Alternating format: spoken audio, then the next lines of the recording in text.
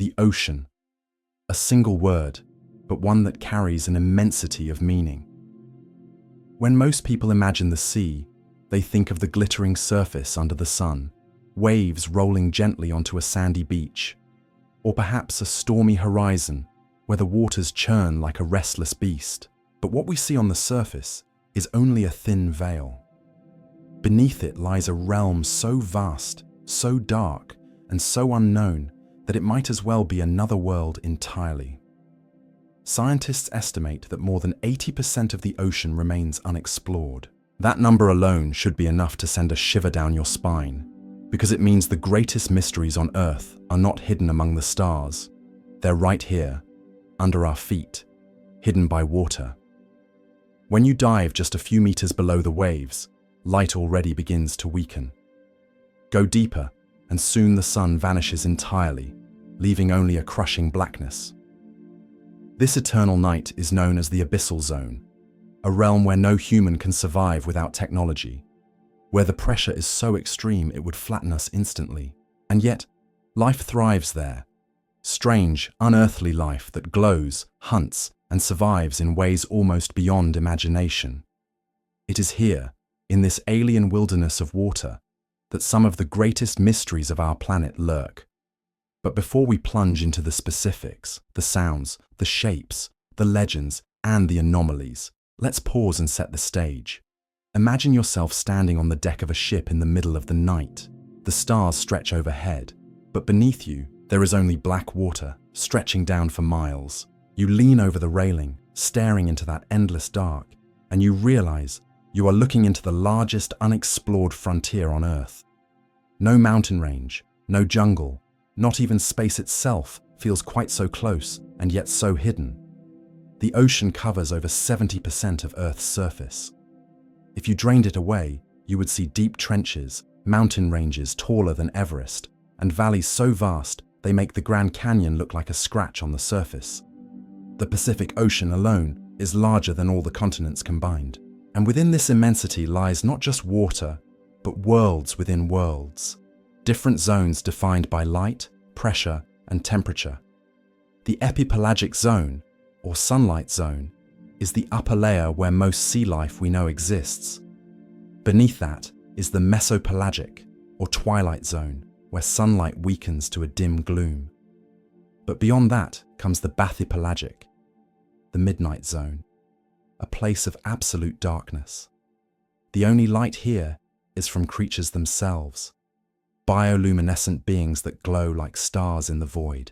Below that lies the abyssal zone, and finally the hadal zone, found only in the deepest trenches. Why does this matter? Because each zone is like a different planet. Life adapts in bizarre ways, and phenomena occur that defy logic. And in this alien realm, humans have barely dipped their toes. The International Seabed Authority has issued fewer than a dozen detailed exploration licenses for deep-sea mining surveys. But even those missions skim the surface compared to the unknown. Some scientists suggest we know more about Mars than about our own seabed. There is a reason myths and legends have always surrounded the sea.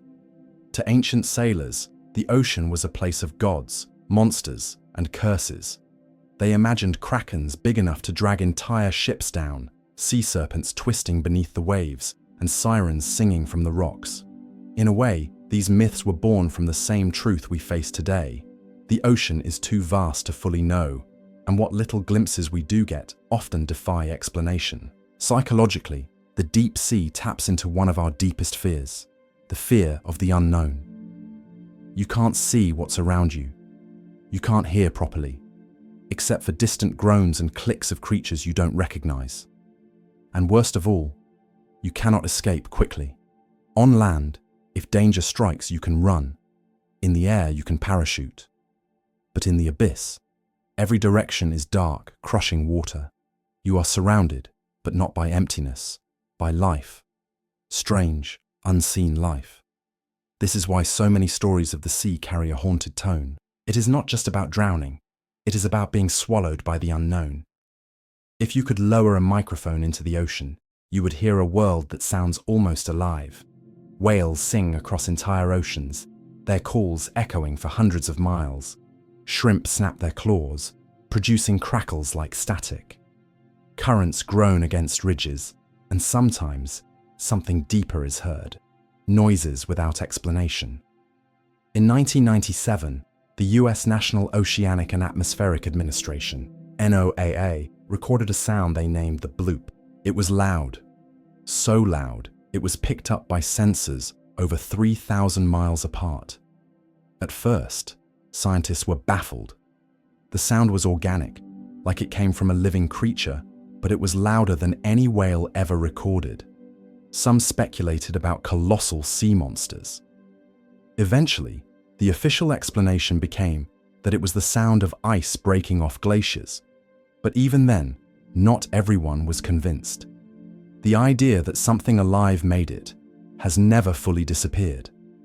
The bloop is only one of many such anomalies. There's the Julia sound, the upsweep, and others, each strange, powerful, and unexplained. It makes you wonder, if the ocean hides life forms we've never seen, could some of them be larger than anything we can imagine? Humans have dipped into the abyss in tiny submarines, but only rarely. In 1960, Jacques Piccard and Don Walsh descended into the Mariana Trench aboard the Trieste, reaching nearly 11 kilometers deep. Down there, the pressure is over 1,000 times greater than at sea level. The submarine's window cracked under the strain, reminding them how fragile humans are in this environment. And yet, they reported seeing a flatfish-like creature, alive at that impossible depth. Decades later, director James Cameron made his own solo descent into the trench in 2012. What he saw were alien landscapes, fields of silt, strange life forms, and eerie silence. Each mission like this provides a glimpse, but never the whole picture. We send down robotic drones, but they can only cover so much area. Imagine exploring the entire United States with a flashlight the size of your palm. That's what ocean exploration is like. Here is where the mystery thickens. Explorers and scientists alike have reported shadows passing just beyond their lights, movements that vanish when followed, and creatures glimpsed that never appear again. One submersible team once reported a serpentine shape hundreds of feet long passing their camera. Another group caught images of an unknown jellyfish so vast it stretched beyond their video frame. And then there are the colossal squids. Creatures once thought mythical until bodies began washing ashore in recent decades. Their eyes are the size of dinner plates, the largest eyes of any animal on Earth, designed to peer into the dark. If such creatures exist, what else might lurk, unseen, just a little deeper? Perhaps the greatest mystery of all is that the ocean seems to resist full understanding. Every expedition uncovers something new, an animal never seen before, a sound never explained, or a phenomenon that makes no sense. Unlike land, which has been mapped and measured, the sea hides its secrets well. Even now, every year, hundreds of new marine species are catalogued, and many scientists believe that is just the tip of the iceberg. So, when we talk about unexplained deep-sea mysteries, we're not just telling ghost stories, we're acknowledging a truth. Our world is still unknown. There are still blank spaces on the map, and in those blank spaces, anything is possible. As this first chapter draws to a close, let us step back from the edge of the abyss. We have set the stage. We've reminded ourselves of the scale, the fear, the strange sounds and the glimpses of life that border on the mythical. From here, our journey will move deeper into specific mysteries like the Mariana Trench, the bloop, the Baltic anomaly, and legends of vanished ships and civilizations. For now, remember this: the ocean is not empty. It is full of life, full of secrets, full of mysteries still waiting to be uncovered. And as long as it holds more questions than answers, it will remain one of humanity's greatest frontiers. When you next stand at the shore and stare at the waves, think not of what is on the surface, but of what lies beneath, in the eternal night where human eyes have barely glanced. Somewhere in that darkness, the unexplained waits. The ocean is a book that has never been fully read. Its cover is dazzling: rolling waves, endless blue horizons, playful dolphins, and the quiet rhythm of tides. But if one turns the page and dives deep, Past the sunlit shallows and coral kingdoms, the story quickly changes. Light fades, temperatures drop, and the pressure rises until it becomes almost unthinkable. Deeper still, one enters the abyss, a realm so extreme that even imagination struggles to paint it. At the very bottom of this abyss lies a place so remote and so mysterious that it has become a symbol of human curiosity and fear: the Mariana Trench. The Mariana Trench is the deepest known point in all of Earth's oceans. It lies in the Western Pacific, near the Mariana Islands, and plunges almost 36,000 feet, nearly 7 miles, into the planet. To picture this, imagine taking Mount Everest, the tallest mountain on Earth, and flipping it upside down into the trench. Even then, its peak would still be covered by over a mile of seawater. It is a place so deep, so crushing, and so utterly alien that only a handful of humans have ever visited it. And yet, despite our few brief glimpses, it continues to keep its secrets. From the surface, the trench is invisible. Ships can sail right over it without realizing the gaping void beneath. Its entrance is not marked by jagged cliffs or islands, but by the deceptively calm waters of the Pacific. Yet below, the sea floor suddenly drops into a crescent-shaped scar on the Earth's crust. This scar was created millions of years ago by tectonic forces, the Pacific Plate sliding under the smaller Mariana Plate, pulling the sea floor down with it. The trench is, in essence, a colossal wound in the planet's skin. But wounds often attract myths. Sailors of the past whispered about bottomless seas, where ships could be swallowed whole. Some legends told of creatures so enormous that they needed the abyss as their hunting ground. Even today, modern explorers talk about the trench in hushed tones. The deeper we look, the more uncanny it seems. One of the greatest mysteries of the trench is not what lives there, but how anything can live there at all. At the bottom, the pressure is over 1,000 times what we feel at the surface. To put it simply, if you took a styrofoam cup down to the bottom, it would be crushed into something smaller than a thimble. A human body, without protection, would be flattened instantly. Even submarines must be specially designed with reinforced hulls to survive the crushing weight. Yet somehow, life persists. Microbes, strange fish, and even shrimp-like creatures have been found living in the trench. They are small and fragile-looking, yet they survive pressures that would crush steel. How? This question fascinates biologists. Some believe these creatures have unique cellular structures and proteins that prevent their bodies from collapsing. Others suggest they may use the very pressure around them as part of their survival strategy. Still, no one truly knows. The trench reminds us that life can adapt to environments that seem utterly impossible, but it also raises unsettling questions. If life thrives here, in a place that feels like another planet, what else might be hiding in its shadows? In 1960, the world got its first real look into the Mariana Trench. The bathyscaphe Trieste, a deep-diving vessel piloted by Jacques Piccard and Don Walsh, descended into the Challenger Deep, the trench's lowest point. They expected to find nothing but mud and silence. Instead, they reported seeing small flat fish gliding along the seabed. This discovery shocked scientists. The prevailing belief at the time was that no complex life could exist under such pressure. Yet there it was, swimming calmly in the most hostile environment on Earth.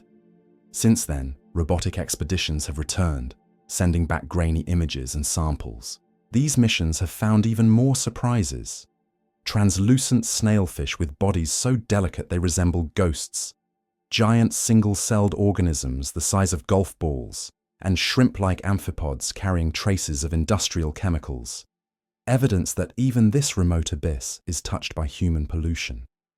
But with each discovery comes new questions. How many more species are there, unseen in the darkness? Could entire ecosystems exist down there, hidden from human eyes? Some oceanographers believe the trench may hold thousands of unknown species, creatures unlike anything we have ever imagined. Where there are shadows, there are always rumors. Some of the most unsettling stories about the trench involve sightings of massive creatures, beings so large that they defy biological explanation. Submariners have occasionally reported sonar readings of objects hundreds of feet long moving deep below. Were these schools of fish, submarine echoes, or something else entirely? In 2012, filmmaker James Cameron descended into the Challenger Deep alone in a vessel called Deep Sea Challenger. He described the landscape as barren and alien, a flat plain of silt stretching into darkness. Yet some of his equipment captured unexplained sounds, clicks, and echoes. To this day, no one knows what caused them. Stories like these have fueled speculation that the Mariana Trench could harbor giant squids even larger than the ones we already know, or perhaps colossal creatures from the deep past, relics of prehistoric times. After all, if life can endure such impossible conditions, who is to say it could not also evolve into massive unseen forms? Among conspiracy circles, the trench is sometimes portrayed as more than a geological feature. Some claim it is a gateway, a hidden portal into the hollow earth, or a passage to secret undersea civilizations. Others whisper that unidentified submerged objects, USOs, craft capable of moving from air to sea, use the trench as their hiding place.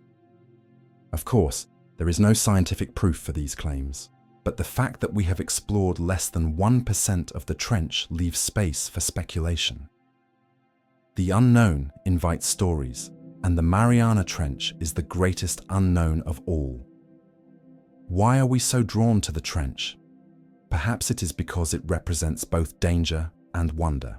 To descend into it is to confront the limits of human technology and imagination. Whatever made the sound, only a handful of missions have touched its bottom. The recording itself lasted about 1 minute. And each one returned with more questions than answers. In many ways, the Mariana Trench is like outer space, a vast, hostile frontier that challenges us to push beyond what we know.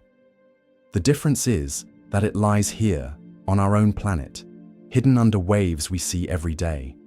It reminds us that Earth itself still holds mysteries as deep and profound as any starry sky. The Mariana Trench is not just a geological feature, it is a symbol, a reminder that beneath our feet lies a world we barely understand. It humbles us, reminding us that no matter how much we map, measure, and study, there will always be places that defy explanation.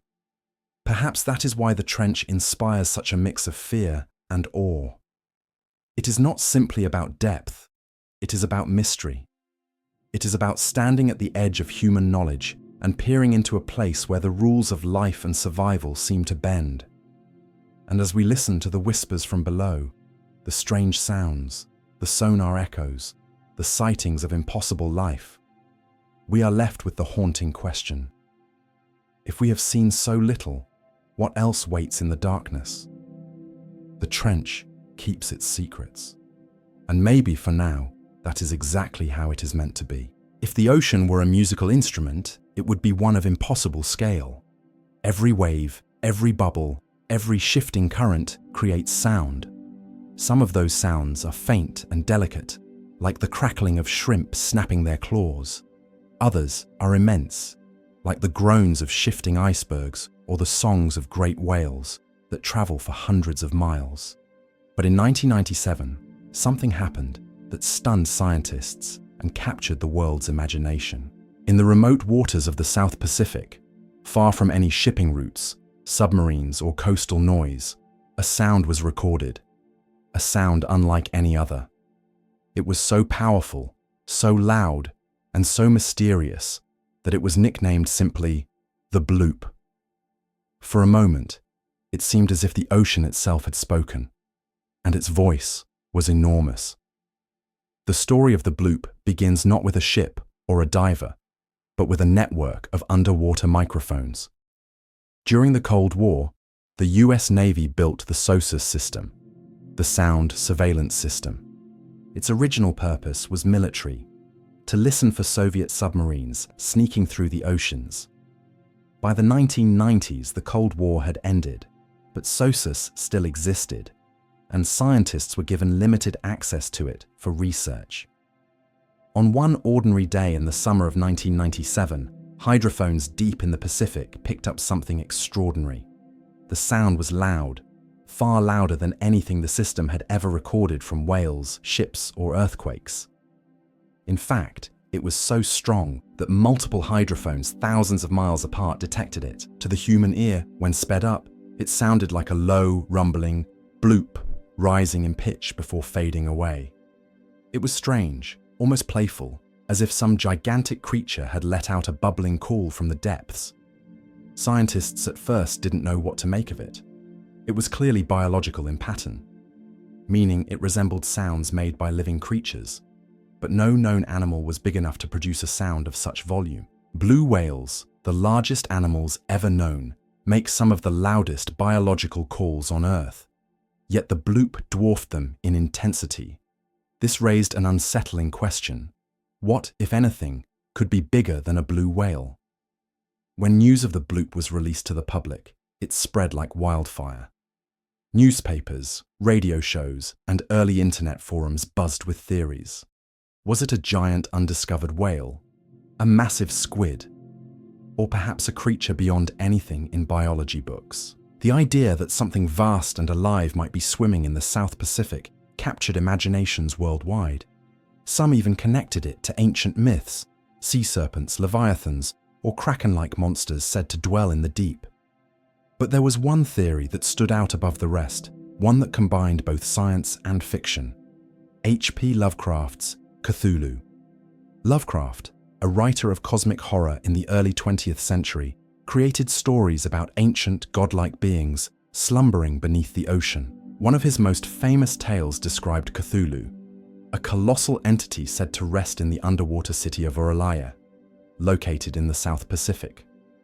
Fans of Lovecraft quickly noticed that the coordinates of the bloop's origin, near 50 degrees S, 100 degrees W, were eerily close to where Lovecraft had placed R'lyeh on his fictional maps. It was almost too perfect. To many, it seemed as if reality had aligned with myth. Was the ocean hinting at something darker and stranger than science was willing to admit? Of course, scientists sought more grounded explanations. If the bloop wasn't a sea monster, what could it be? The most accepted theory today is that it was the sound of ice quakes, enormous chunks of Antarctic ice breaking off and shifting underwater. When massive ice shelves crack and collide, they produce low-frequency sounds that can travel great distances. Such ice quakes, it is argued, could produce noises similar to the bloop.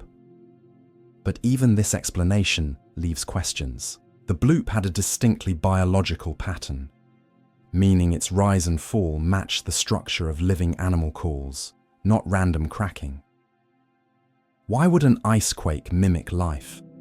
Why did it happen in a location where such events were rare? Some scientists cautiously admit they aren't fully sure. Others believe that perhaps the bloop was a one-time event, never to be repeated, caused by a perfect storm of geological and environmental conditions.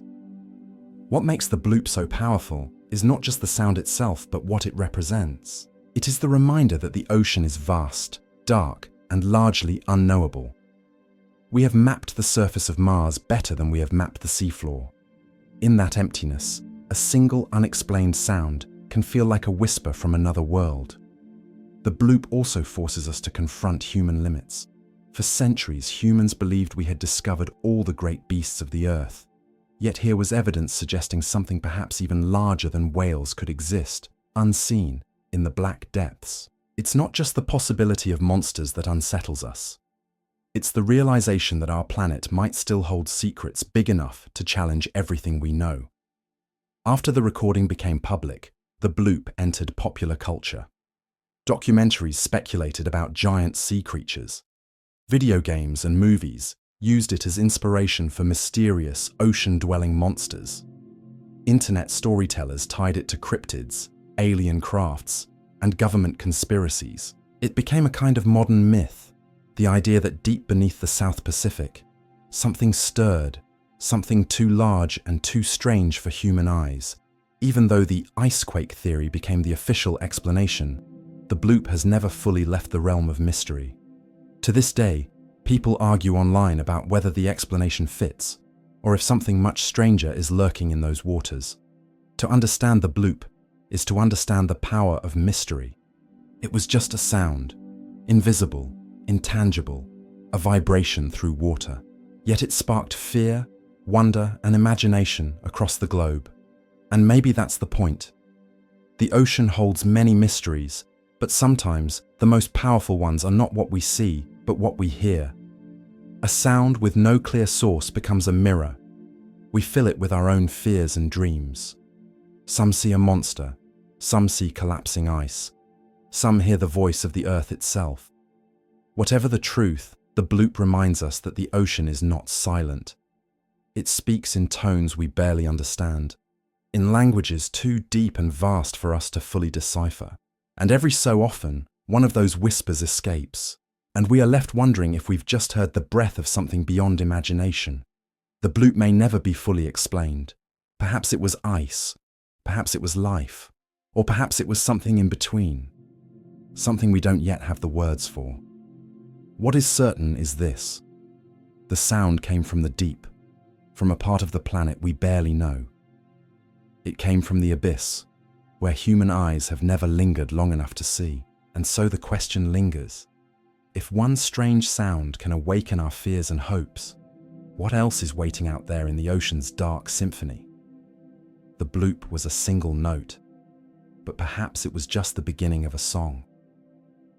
When you think of ancient monuments, you probably imagine pyramids rising from desert sands or temples hidden in jungle vines. These places feel mysterious enough on land. But what if one of the world's strangest monuments lay not on solid ground, but hidden beneath the sea? Off the coast of Yonaguni, a small island in the far southwest of Japan, there rests something that has puzzled divers, scientists, and archaeologists for decades. It is a massive structure made of stone, with clean lines, steps, and platforms that look shockingly man-made. But here's the twist.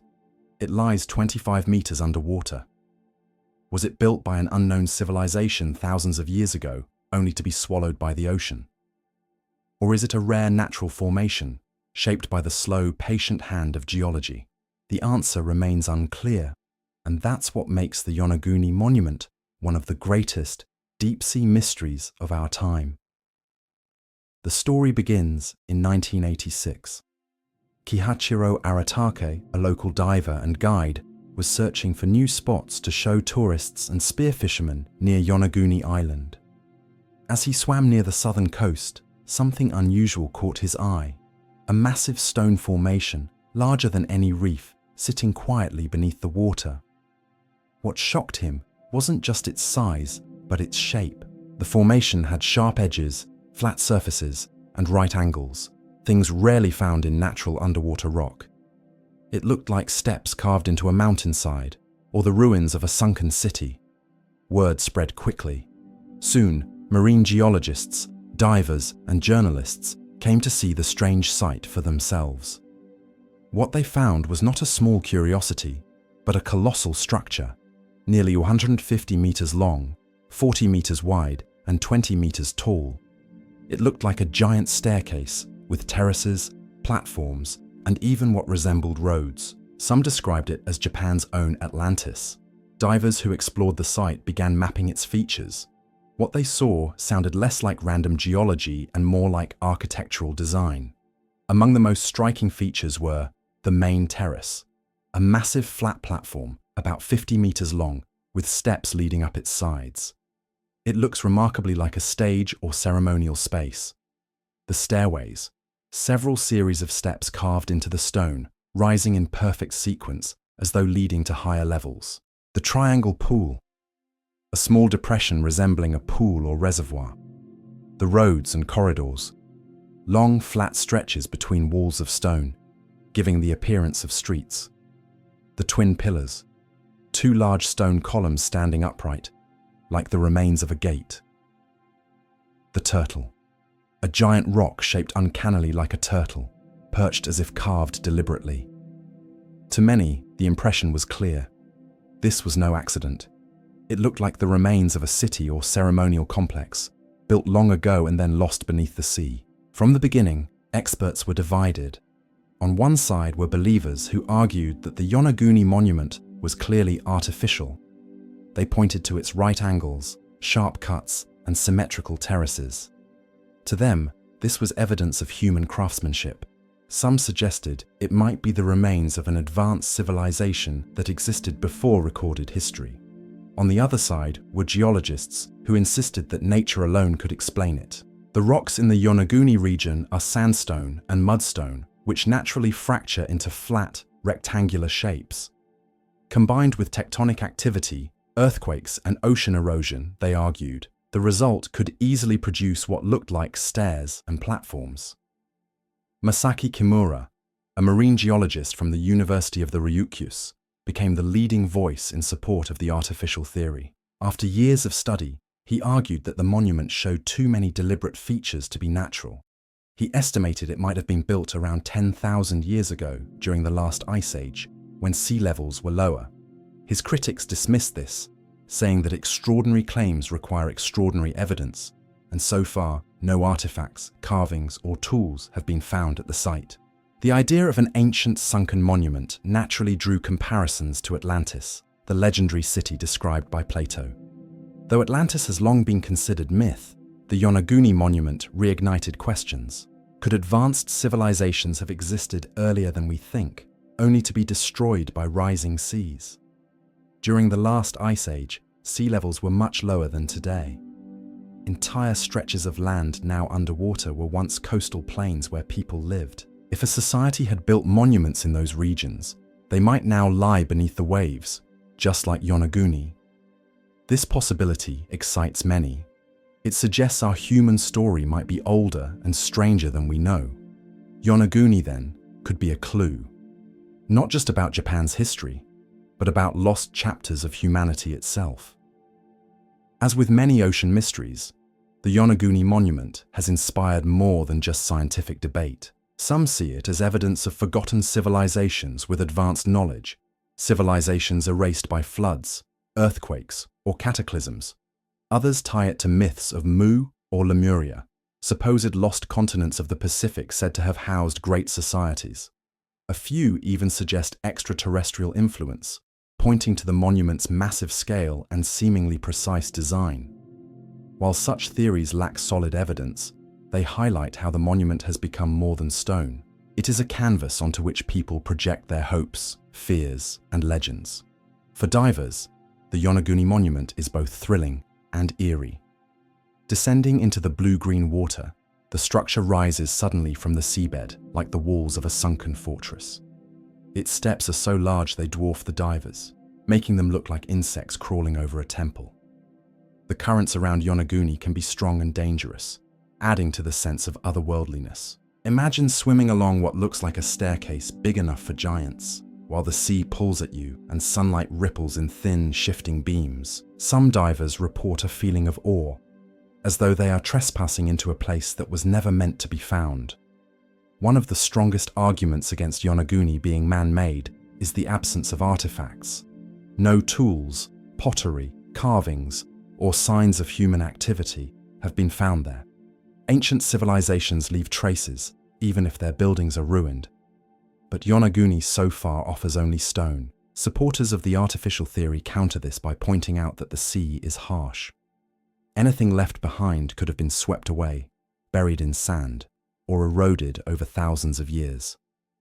If the monument truly dates back to the last ice age, 10,000 years of waves and earthquakes might have erased every clue except the stone itself.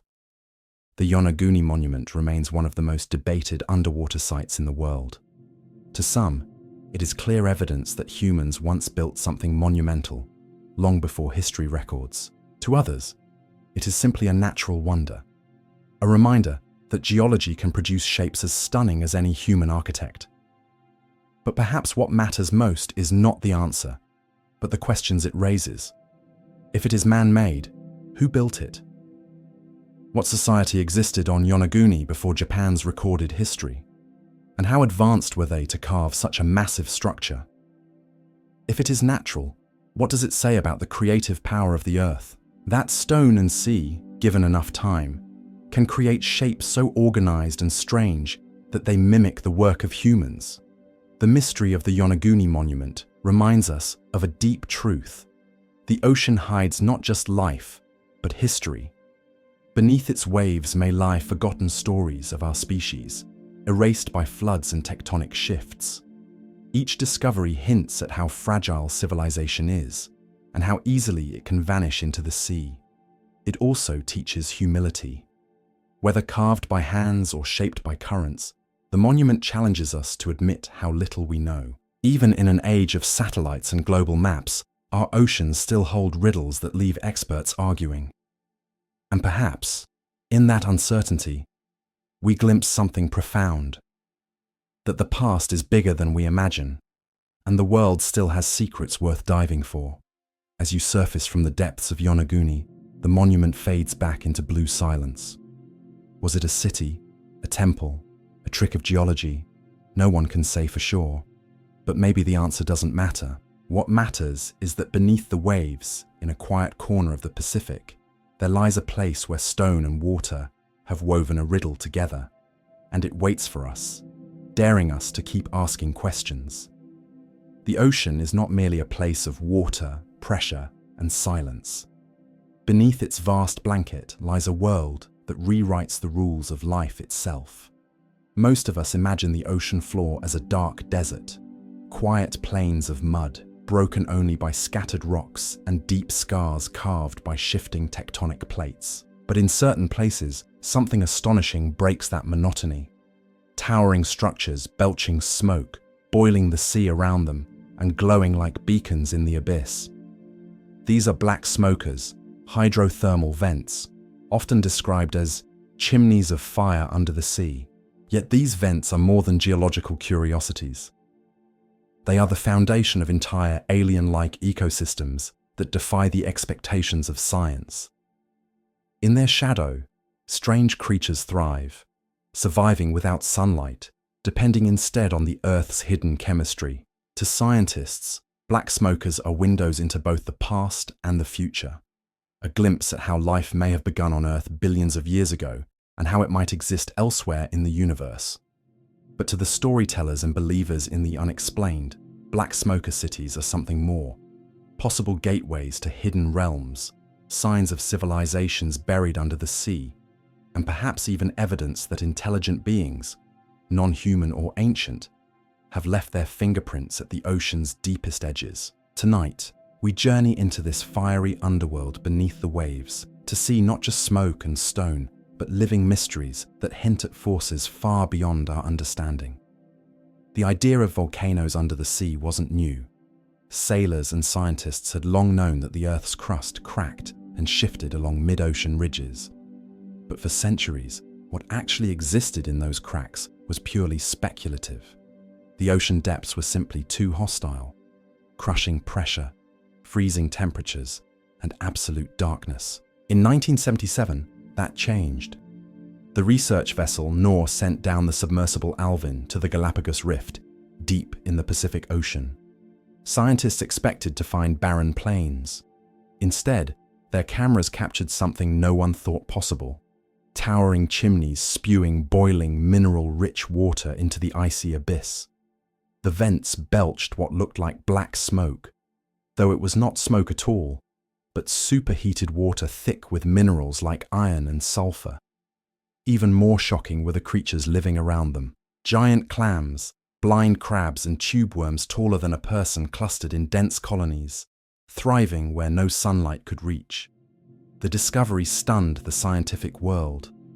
Life had always been understood as dependent on the sun. Plants absorbed light, animals ate plants, and so on. But here, in the pitch black of the seafloor, was an entire ecosystem that bypassed the sun completely. Instead of photosynthesis, the organisms lived off chemosynthesis, using chemicals in the vent's emissions as their energy source. It was as if scientists had stumbled into an alien planet beneath the sea. The black smokers themselves are geological marvels. They rise like castles on the seafloor, some only a few meters tall, others soaring over 50 meters into the water column. They form when seawater seeps down into cracks in the Earth's crust, heats up to over 700 degrees, 370 degrees, near magma chambers, and then blasts back upward. When that scalding water hits the icy deep ocean, it cools instantly, and the minerals dissolved inside solidify, forming chimneys. Over time, the chimneys grow taller and more elaborate, branching like Gothic spires or twisting like frozen tornadoes. Some glow faintly in the dark, coated in shimmering minerals. Others shimmer with strange microbial mats, thin, iridescent films of bacteria that thrive on sulfur and iron. Divers who have visited describe the site as haunting, a city of stone towers rising from the abyss, glowing faintly in the beam of submersible lights, with smoke curling upward into the eternal dark. The scene has been called everything from a cathedral to a fortress of forgotten gods, and indeed, the name Black Smoker does not do justice to the awe of standing in their presence. They are more than vents. They are monuments. The creatures that gather around black smokers look like something from another world. Take the giant tube worms of the Pacific, creatures that can grow over 8 feet long, with bright red plumes like flags waving in the current. They have no mouths, no stomachs, no eyes. Instead, they harbor symbiotic bacteria inside their bodies that digest the vent chemicals for them. Nearby, vent crabs with ghostly white shells scuttle across the chimneys, their claws stained black from iron deposits. Shrimp with light-sensitive backs crowd the vents in the Atlantic, as if their bodies have evolved to detect faint glimmers in a place where no sunlight exists. There are also giant clams, with shells the size of dinner plates, whose flesh glows faintly with bioluminescent bacteria. Some fish circle the chimneys like predators in a ruined city, darting between shadows cast by the vent's smoke. Everywhere, life is dense, clustered like an underwater metropolis. In the otherwise empty seafloor, the smokers are islands of abundance, true oases of energy in the dark desert of the deep. It is no wonder that people call them black smoker cities. For scientists, the black smokers are more than curiosities. They may hold the answer to the greatest question of all: where did life begin? One theory suggests that Earth's earliest life did not appear in shallow seas, basking in sunlight, but around vents like these. Billions of years ago, when the planet was young, hydrothermal vents provided both the energy and the chemical gradients needed to spark life. Tiny bubbles in mineral chimneys may have acted like the first cells, protecting fragile molecules as they combined into living systems. If this theory is correct, then life itself may owe its existence to these fiery undersea towers. But the mystery does not end there. If life can thrive without sunlight, powered only by chemistry, then perhaps it can exist in similar environments beyond Earth. The icy moons Europa and Enceladus, with oceans hidden beneath frozen crusts, may harbor hydrothermal vents of their own. If so, then black smoker cities on those alien worlds could host life, strange, blind, and utterly independent of the stars. Thus, the chimneys are not only windows into our past, but doorways to our cosmic future. While scientists see natural wonder, others see hints of something deeper. Some divers and oceanographers describe an almost spiritual feeling when approaching the smokers, as though entering a forbidden temple. The sheer scale of the chimneys, combined with the dense life around them, evokes the image of ruins built by unseen architects. This has fueled speculation that the vents may not be entirely natural. Could ancient civilizations, long forgotten, have used these mineral towers as markers or sources of energy? Some claim that the symmetrical branching of certain chimneys resembles deliberate design.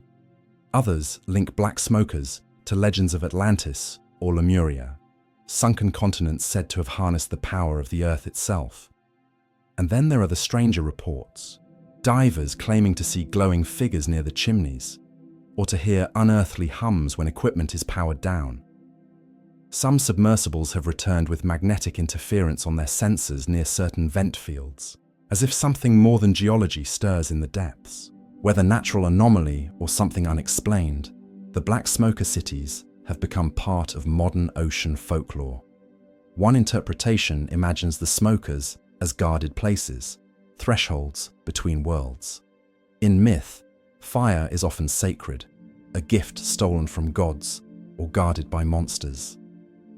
Here, in the deepest ocean, fire is reborn as boiling water and mineral flame. Could the strange creatures that live here be guardians, holding secrets humankind is not yet ready to uncover? Some storytellers go further, suggesting that intelligent beings, hidden from human eyes, use these vent systems as bases. After all, the heat, minerals, and natural energy flows could support technology or life forms unknown to us. The idea of underwater civilizations clustered around these fiery towers lingers in the imagination. Whether such ideas are fanciful or not, the symbolism is undeniable. The smokers are thresholds, places where one world touches another, where life itself rewrites the rules. Despite their resilience, the black smoker ecosystems are fragile. Deep-sea mining companies eye them as sources of valuable metals, copper, gold, and rare earth elements concentrated in the chimney's minerals. Already, debates rage about whether humanity will strip mine these oases before fully understanding their importance. If the black smoker cities truly hold secrets about the origin of life or the future of life beyond Earth, then to destroy them would be to erase a vital chapter of existence itself. And perhaps, if there truly are guardians of the deep, they will not allow it. Black smokers remind us that Earth is still stranger than we imagine. In the silent depths, where no light shines and no human could survive unaided, nature builds cities of stone and fire and populates them with life that looks more alien than earthly. They are proof that the boundary between science and mystery is porous. For the scientist, they are keys to understanding life's beginnings and possibilities elsewhere. For the dreamer, they are towers of legend, perhaps even built or used by beings beyond human understanding. Whether one sees them as natural wonders or supernatural signs, the truth remains the same.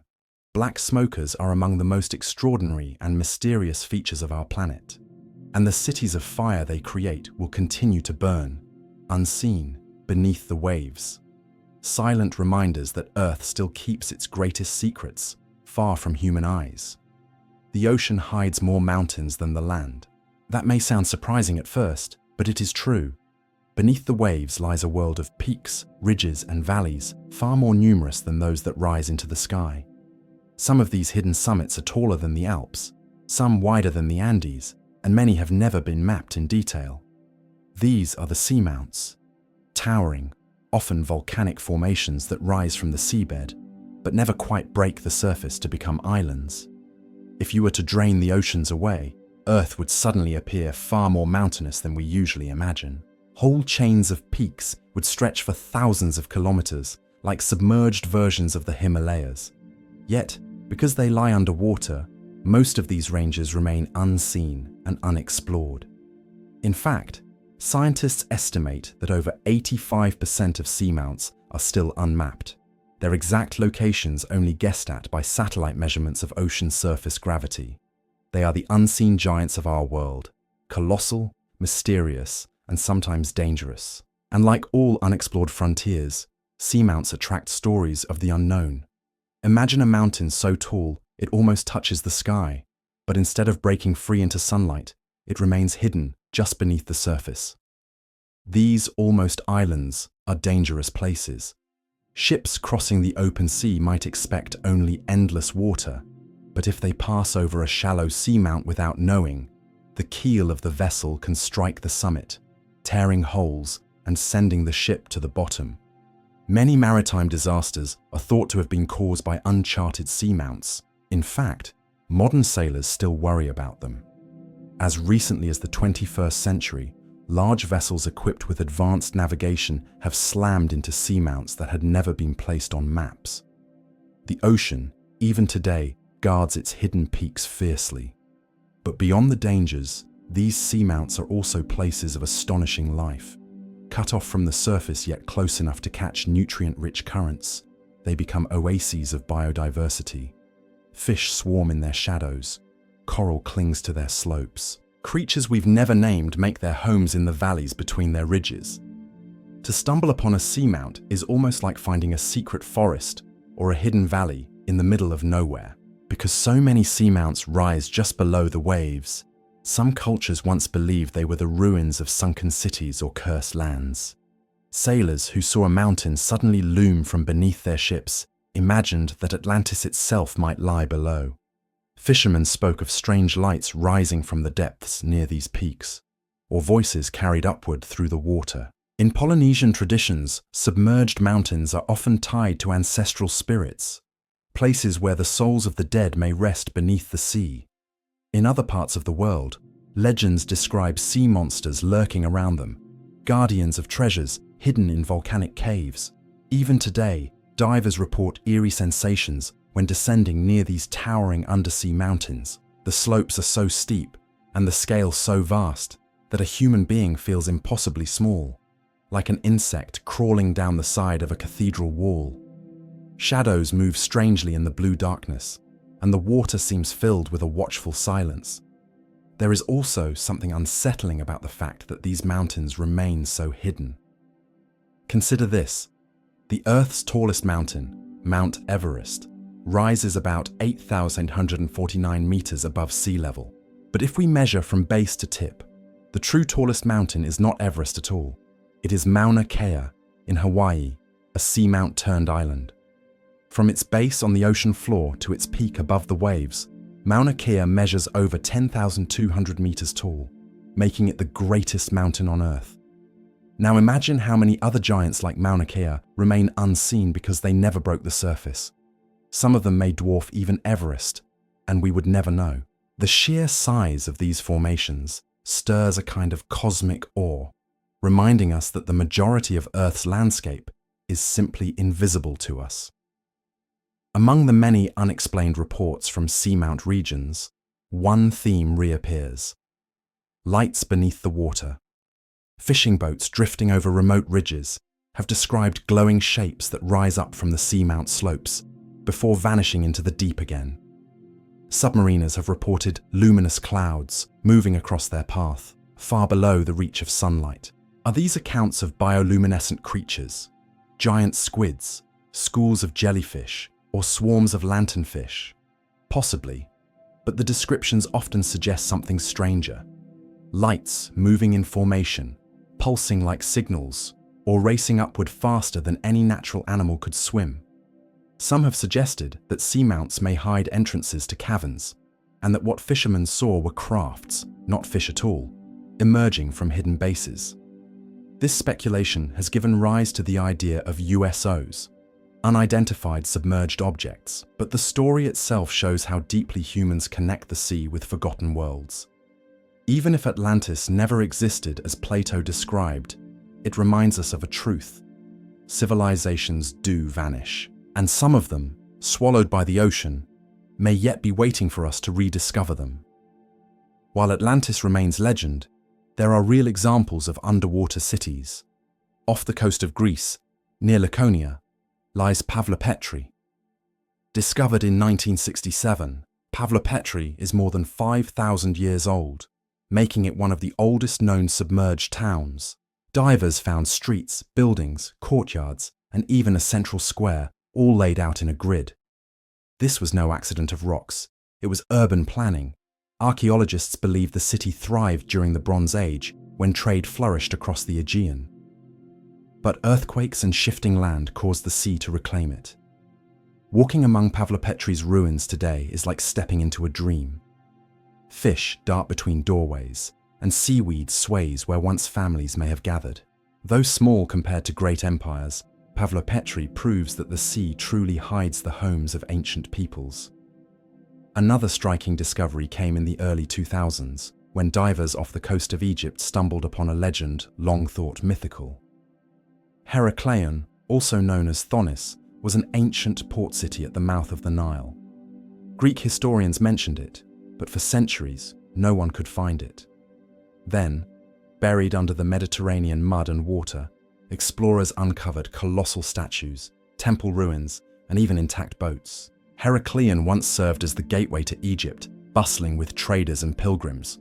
But around 1,200 years ago, the unstable ground beneath it gave way. Earthquakes and floods caused the city to collapse and sink. It remained hidden until modern technology allowed divers to uncover its silent remains. Among the most stunning finds were stone inscriptions, coins, and artifacts showing how Heracleon was a blend of Egyptian and Greek cultures. The discovery reminds us that history is never as fixed as we imagine. Sometimes entire chapters lie at the bottom of the sea. Traveling eastward, near the Japanese island of Yonaguni, divers in the 1980s found something that has sparked endless debate. Beneath the waves lies a massive stone structure, complete with terraces, steps, and flat walls that look strikingly artificial. Some claim it is evidence of a prehistoric civilization, one that flourished before sea levels rose thousands of years ago. The Yonaguni monument is vast. Some call it Japan's Atlantis. Supporters argue that its precise angles and towering formations suggest human design. Skeptics counter that nature, given enough time, can carve stones into patterns that appear man-made. To this day, no consensus exists. If it truly is a lost city, then it would be among the oldest ever discovered, reshaping our understanding of history in Asia. Whether natural or crafted, Yonaguni has become one of the most mysterious sites in the ocean, drawing divers and researchers from around the world to peer into its silent halls. In India, stories speak of Dwarka, the kingdom of the god Krishna, described in the Mahabharata. For centuries, it was thought to be purely mythical. Yet in the early 2000s, marine archaeologists near the coast of Gujarat found ruins beneath the sea. They discovered walls, foundations, and artifacts, some dating back thousands of years. The discovery set off excitement and controversy. Could this be the Dwarka of legend? If so, it would mean that myths preserve more truth than we imagine. While debates continue, the underwater remains prove that India too has sunken cities, erased by rising seas, but remembered in story. The list goes on. Off the coast of Cuba, sonar scans revealed geometric shapes deep underwater, which some claim to be ruins. In the Caribbean, stories of cities swallowed by hurricanes persist. In the North Sea, divers have found remnants of Doggerland, a once inhabited plain now drowned beneath the waves. Each discovery reminds us that the ocean floor is far from empty. It is littered with fragments of human history. The mystery of sunken cities is not just about stones underwater. It touches something deeper in us. They are echoes of memory, warnings about the fragility of human achievement. Civilizations rise, build, thrive, and then sometimes vanish, swallowed by disaster, forgotten by time. When we imagine Pavlopetri, Heracleon, or Yonaguni, we are also imagining ourselves. Could our own cities one day be swallowed, remembered only in legend? The ocean forces humility upon us. It reminds us that time is vast, that human pride is fragile, and that memory can be erased as easily as a tide sweeping away footprints on sand. Some say that sunken cities are not lost at all, that they are guarded. Myths speak of civilizations beneath the sea, still alive, still watching. From mermaids to the people of the deep told in fishermen's tales, humanity has long believed that what the ocean takes, it may keep for its own. Perhaps when we find ruins, we are not just stumbling on the past, but touching a living mystery that continues unseen. Sunken civilizations prove that the ocean is more than just water and waves. It is a vast archive, a library without light, holding pages of history that we have only begun to read. Each ruin tells us that myths may contain truth, that memory runs deeper than stone, and that our world is more ancient and fragile than we dare imagine.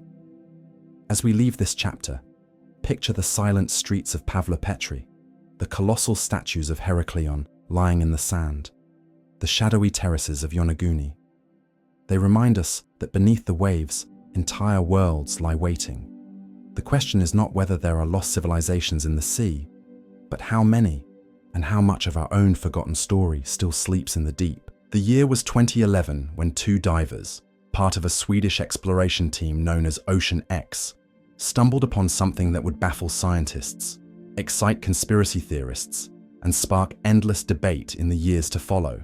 They were searching the floor of the Baltic Sea for shipwrecks and lost treasures, but instead they discovered what would soon be called the Baltic anomaly. At first glance, Their sonar scans revealed something unusual, an enormous formation lying 300 feet beneath the waves, measuring nearly 200 feet in diameter. To the divers, it looked less like a natural rock and more like something sculpted, something ancient, something intentional. The images they released appeared to show smooth surfaces, sharp edges, and what resembled staircases or passageways carved into stone. The world quickly took notice. Was this the lost ruin of an ancient civilization, a natural geological formation, or could it be something far more extraordinary, a crashed UFO buried beneath the sea? The Ocean X team's sonar images looked like something out of a science fiction film. A massive, circular structure seemed to rise from the otherwise featureless seabed.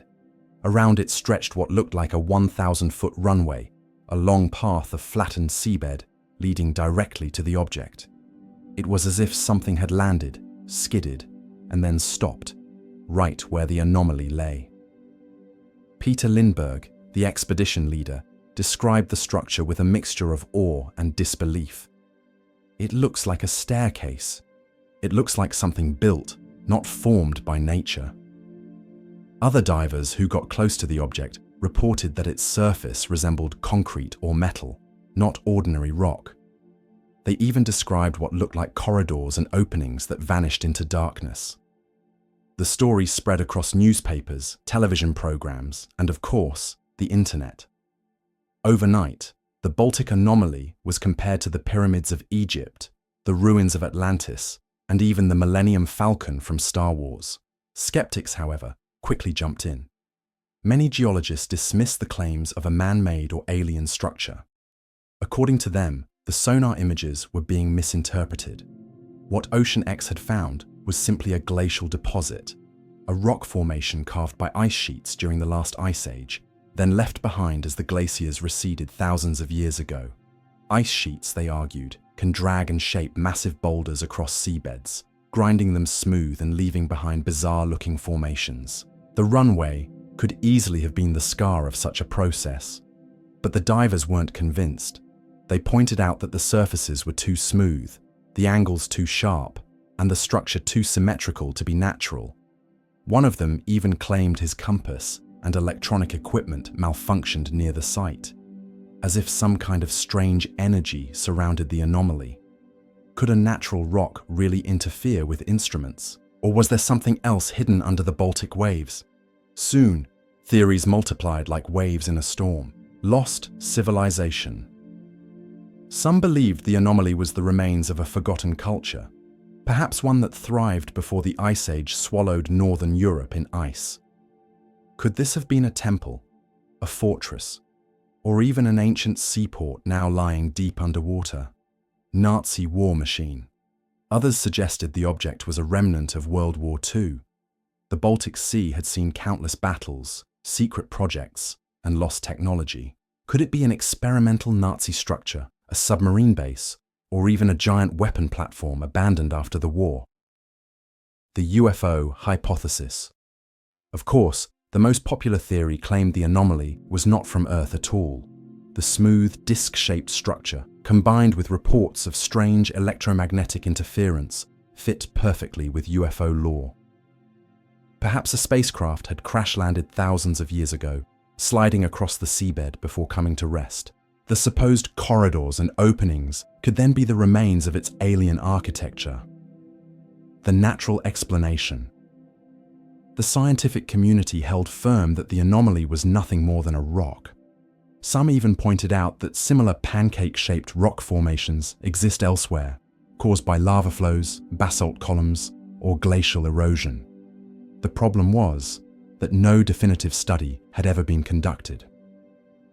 The Baltic Sea is cold, dark, and difficult to explore. Funding for repeated dives was scarce, and Ocean X often relied on publicity to keep their expeditions alive. One of the most tantalizing details about the anomaly is the claim that divers found a kind of soot-like residue on its surface. Some suggested this was the result of ancient fire, perhaps evidence of an explosion or crash. Others dismissed it as ordinary sediment. There were also reports of archways and passages leading into the structure. Divers claimed they could feel the openings, but visibility was so poor that they could not document them clearly. Was this a trick of shadow and imagination, or proof that the anomaly was hollow inside? And then there were the instruments. Several members of the team reported that their sonar, satellite phones, and even cameras behaved strangely when close to the object, only returning to normal once they had left the area. While skeptics insisted this could be due to the mineral content of the rock, believers saw it as a sign that the anomaly was no ordinary boulder. As the story spread, television networks rushed to cover it. Documentaries were filmed, interviews aired, and conspiracy theorists flooded forums with speculation. Some compared the anomaly to the Yonaguni monument in Japan, another underwater structure that some believe is man-made while others insist it is natural. Both share the same qualities: symmetry, strange angles, and a sense of mystery born from limited access. For Ocean X, the publicity was both a blessing and a curse. On one hand, it brought them attention and funding.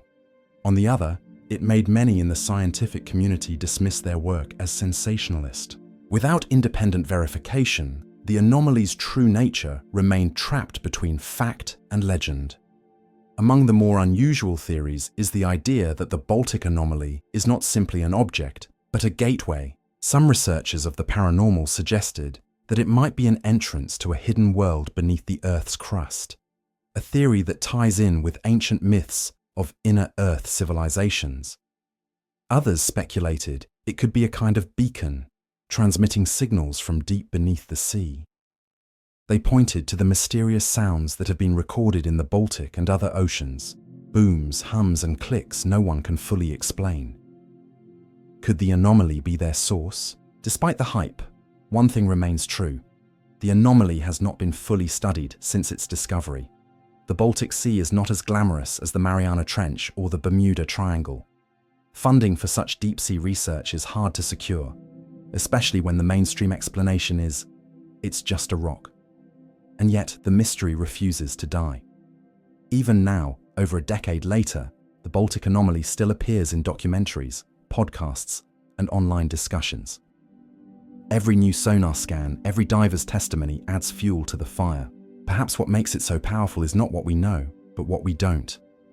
The blurry sonar images leave space for imagination, and the divers' strange accounts spark curiosity that no scientific paper has yet extinguished. For the people of the region, the Baltic has always been a place of myth. Ancient seafarers spoke of monsters in its depths and gods who ruled its storms. It is not difficult to imagine those same sailors stumbling across the anomaly and weaving stories around it. If it is simply rock, then it stands as another reminder of how nature itself can craft wonders that look like art. If it is something more, ruins, technology, or even a visitor from beyond the stars, then it means the Baltic Sea is guarding one of the greatest secrets of all time. The Baltic anomaly sits in darkness, cold and silent, waiting. It may be nothing more than stone, a quirk of geology magnified by human imagination. Or it may be something far older, far stranger, a message carved into the seabed by hands not our own. What is certain is that mysteries like this remind us how much of our world remains unknown. The ocean covers more than 70% of our planet, yet we have explored only a fraction of it. If one sonar scan in 2011 could ignite such wonder, what other secrets lie hidden in the abyss? As we surface from this chapter, the anomaly remains where it has always been, resting at the bottom of the Baltic, caught between skepticism and belief, legend and science. And perhaps that is the greatest mystery of all. How a single discovery can make us question everything we think we know about history, technology, and the limits of the human story. The ocean is not only a place of strange creatures and eerie sounds, it is also a vault of forgotten history. Beneath its waters lie traces of the past, sunken ships, drowned cities, and sometimes structures that defy simple explanation. Few underwater discoveries have ignited as much debate, controversy, and wonder as the Yonaguni monument in Japan. To some, it is the remains of an ancient civilization lost to time. To others, it is nothing more than a natural rock formation, shaped by erosion and the restless ocean. Between these two possibilities lies one of the most fascinating mysteries of the deep. The story begins in 1986, when a local diver named Kihachiro Aratake was exploring off the southern coast of Yonaguni Island, part of the Ryukyu Islands in Japan. He wasn't searching for history, he was simply scouting new spots for diving tours, but what he found beneath the water was far from ordinary. At a depth of around 25 meters, Aratake came across a massive stone structure. It rose like a submerged pyramid, with broad terraces, flat surfaces, and what looked like staircases. The blocks appeared neatly aligned, almost as though cut by human hands. He returned to the surface, astonished. This was no ordinary coral reef or scattered stones. It looked like a city that had sunk beneath the waves. Soon after, researchers, divers, and eventually the media became interested, and thus began a debate that continues to this day. Is the Yonaguni monument man-made, or is it a natural wonder? At first glance, the monument appears eerily geometric. It is approximately 150 meters long and 40 meters wide, with its tallest point rising about 27 meters from the seabed. Divers often describe it as resembling a step pyramid or ziggurat, with multiple terraces stacked on top of each other.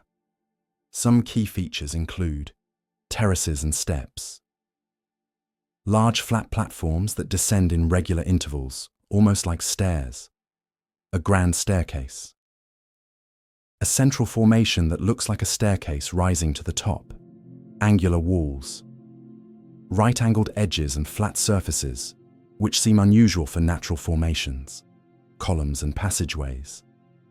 Some divers report shapes resembling pillars or corridors, hinting at architectural design. The face stone, a rock nearby shaped like a human face, leading to speculation about statues or carvings. To those who believe it was built by humans, these features are too precise and organized to be accidental. To those who lean toward nature, they are simply the result of geology and erosion. Supporters of the man-made theory point to several arguments. Geometric precision. The sharp angles, straight lines, and flat surfaces resemble the work of stonemasons. Nature is rarely so neat. Resemblance to ancient structures. The monument's tiered, pyramid-like appearance resembles ziggurats found in Mesopotamia or pyramids in Central America. Could a lost civilization in East Asia have built its own version? Possible carvings. Some claim that symbols, faces, or animal shapes can be spotted carved into the rocks. These could be remnants of art or religious expression. Cultural legends. Local myths speak of ancient cities lost to the sea. The Ryukyu Islands have legends of kingdoms destroyed by floods, which might tie into Yonaguni. Sunken civilization timeline. Advocates suggest that the monument could date back 10,000 years, to the end of the last ice age, when sea levels were much lower. If true, it would be older than any known civilization on Earth. This possibility excites archaeologists who dream of rewriting history. If the Yonaguni monument is man-made, it would mean humans were capable of advanced construction long before Egypt's pyramids or Mesopotamia's temples. Skeptics, however, argue that the monument is purely natural. Their reasoning is grounded in geology. Sandstone erosion. The Yonaguni rocks are made of sandstone, which naturally breaks along straight lines and fractures. This can easily create flat surfaces and sharp edges. Underwater currents. The strong currents and shifting tides around Yonaguni could gradually sculpt the rocks into geometric shapes. No evidence of tools. Archaeologists have not found tools, pottery, or artifacts near the monument. If it were a city, where are the traces of its builders? Pareidolia? Human brains are wired to see patterns, faces, stairs, temples, even in random shapes. The monument may just be our imagination assigning meaning to natural rocks. No parallel civilizations. If the monument is man-made and over 10,000 years old, where is the evidence of a supporting culture? No other advanced structures from this era exist in Japan. To skeptics, the Yonaguni monument is fascinating, but it is a geological curiosity, not the ruins of Atlantis. One of the most vocal supporters of the man-made theory is Professor Masaki Kimura, a marine geologist from the University of the Ryukyus. He has studied the site extensively and argues that it contains features too complex to be natural. According to Kimura, the monument has stone tools, road-like structures, and even castle walls. On the other hand, Robert Schoch, a geologist known for his work on the Sphinx, argues that Yonaguni is natural. He notes that sandstone fractures naturally into rectangles and steps, and that the supposed carvings are illusions caused by cracks. The divide is sharp. One side sees proof of lost civilization. The other sees a natural rock shaped by time and tide. Beyond science, the monument feeds into cultural memory. In Japanese folklore, there are tales of lost kingdoms swallowed by the sea. Some connect Yonaguni to the legend of Mu, a mythical continent similar to Atlantis, said to have sunk in the Pacific Ocean. Could Yonaguni be the last trace of such a place? Or are the legends simply stories shaped by memories of rising seas after the Ice Age? The ocean is a graveyard of forgotten lands. Between 10,000 and 12,000 years ago, melting glaciers raised global sea levels by over 100 meters. Entire coastlines vanished beneath the waves. It is not impossible that Yonaguni holds remnants of human settlements from that time. For divers, Yonaguni is more than a scientific debate. It is an adventure. The waters around the island are crystal clear, filled with hammerhead sharks, vibrant coral, and the looming presence of the monument. Swimming among the terraces and walls feels like entering another world, a submerged temple guarded by silence. Some describe it as eerie, others as peaceful. For many, it is unforgettable. Whether man-made or natural, the sheer scale of the monument inspires awe. Perhaps the truth lies between extremes. It is possible that Yonaguni was originally a natural rock formation, but early humans modified it, carving stairs or flattening terraces for ritual or settlement. This would explain the geometric shapes without requiring a completely lost civilization. Human history is full of examples of people adapting natural formations, caves, cliffs, and stones into sacred or practical spaces. Yonaguni may be another such case, half natural, half human. The monument is not just a question of rocks or ruins. It is a reminder of how much we do not know about our past. The ocean hides vast stretches of history. Rising seas have buried coastlines, drowned villages, and erased evidence of early cultures. What lies beneath the waves may change our understanding of human origins. Whether Yonaguni is a lost city or a geological wonder, it has captured the imagination of the world. It pushes us to ask deeper questions. How far back does civilization go? How many times has humanity risen and fallen? And how much of our story lies hidden beneath the sea? Standing on the shore of Yonaguni, watching the waves crash against the rocks, it is easy to feel the weight of mystery. Just a few meters below the surface lies something that challenges our assumptions. Is it a monument of gods and kings, or the slow art of nature sculpting stone? Perhaps the answer will never be certain. Perhaps that is the beauty of Yonaguni, that it blurs the line between human achievement and natural wonder. It reminds us that history is not always clear, and that the ocean still holds secrets we are only beginning to uncover. Whether built by ancient hands or carved by currents, the Yonaguni monument stands as a symbol of mystery itself, a reminder that the sea is not only alive with strange creatures, but also with stories waiting to be told. The sea has always swallowed its share of ships. Storms rise, hulls crack, and waves consume. Yet submarines, those machines built to resist crushing depths, armored against the ocean itself, carry a special enigma when they vanish. A steel leviathan, engineered with precision, crewed by trained sailors, armed with technology and weaponry, does not simply disappear. And yet, throughout modern history, submarines have slipped beneath the waves never to return, their fates hidden in silence, their stories unresolved. To speak of vanishing submarines is to enter a shadowed world of war secrets, unexplained losses, and whispers of encounters with forces beyond human control. The mysteries of the deep do not spare even the most advanced creations of human engineering. The earliest submarines were fragile things, little more than floating coffins with engines. In World War I, experimental boats often never came home. But while many losses could be traced to design flaws or enemy fire, others sank with no witness, no wreckage, no survivor to explain. The ocean gave no answer. One of the most haunting early cases was the disappearance of the French submarine Faraday in 1911. Built with state-of-the-art technology for its time, it sailed from Toulon and never returned.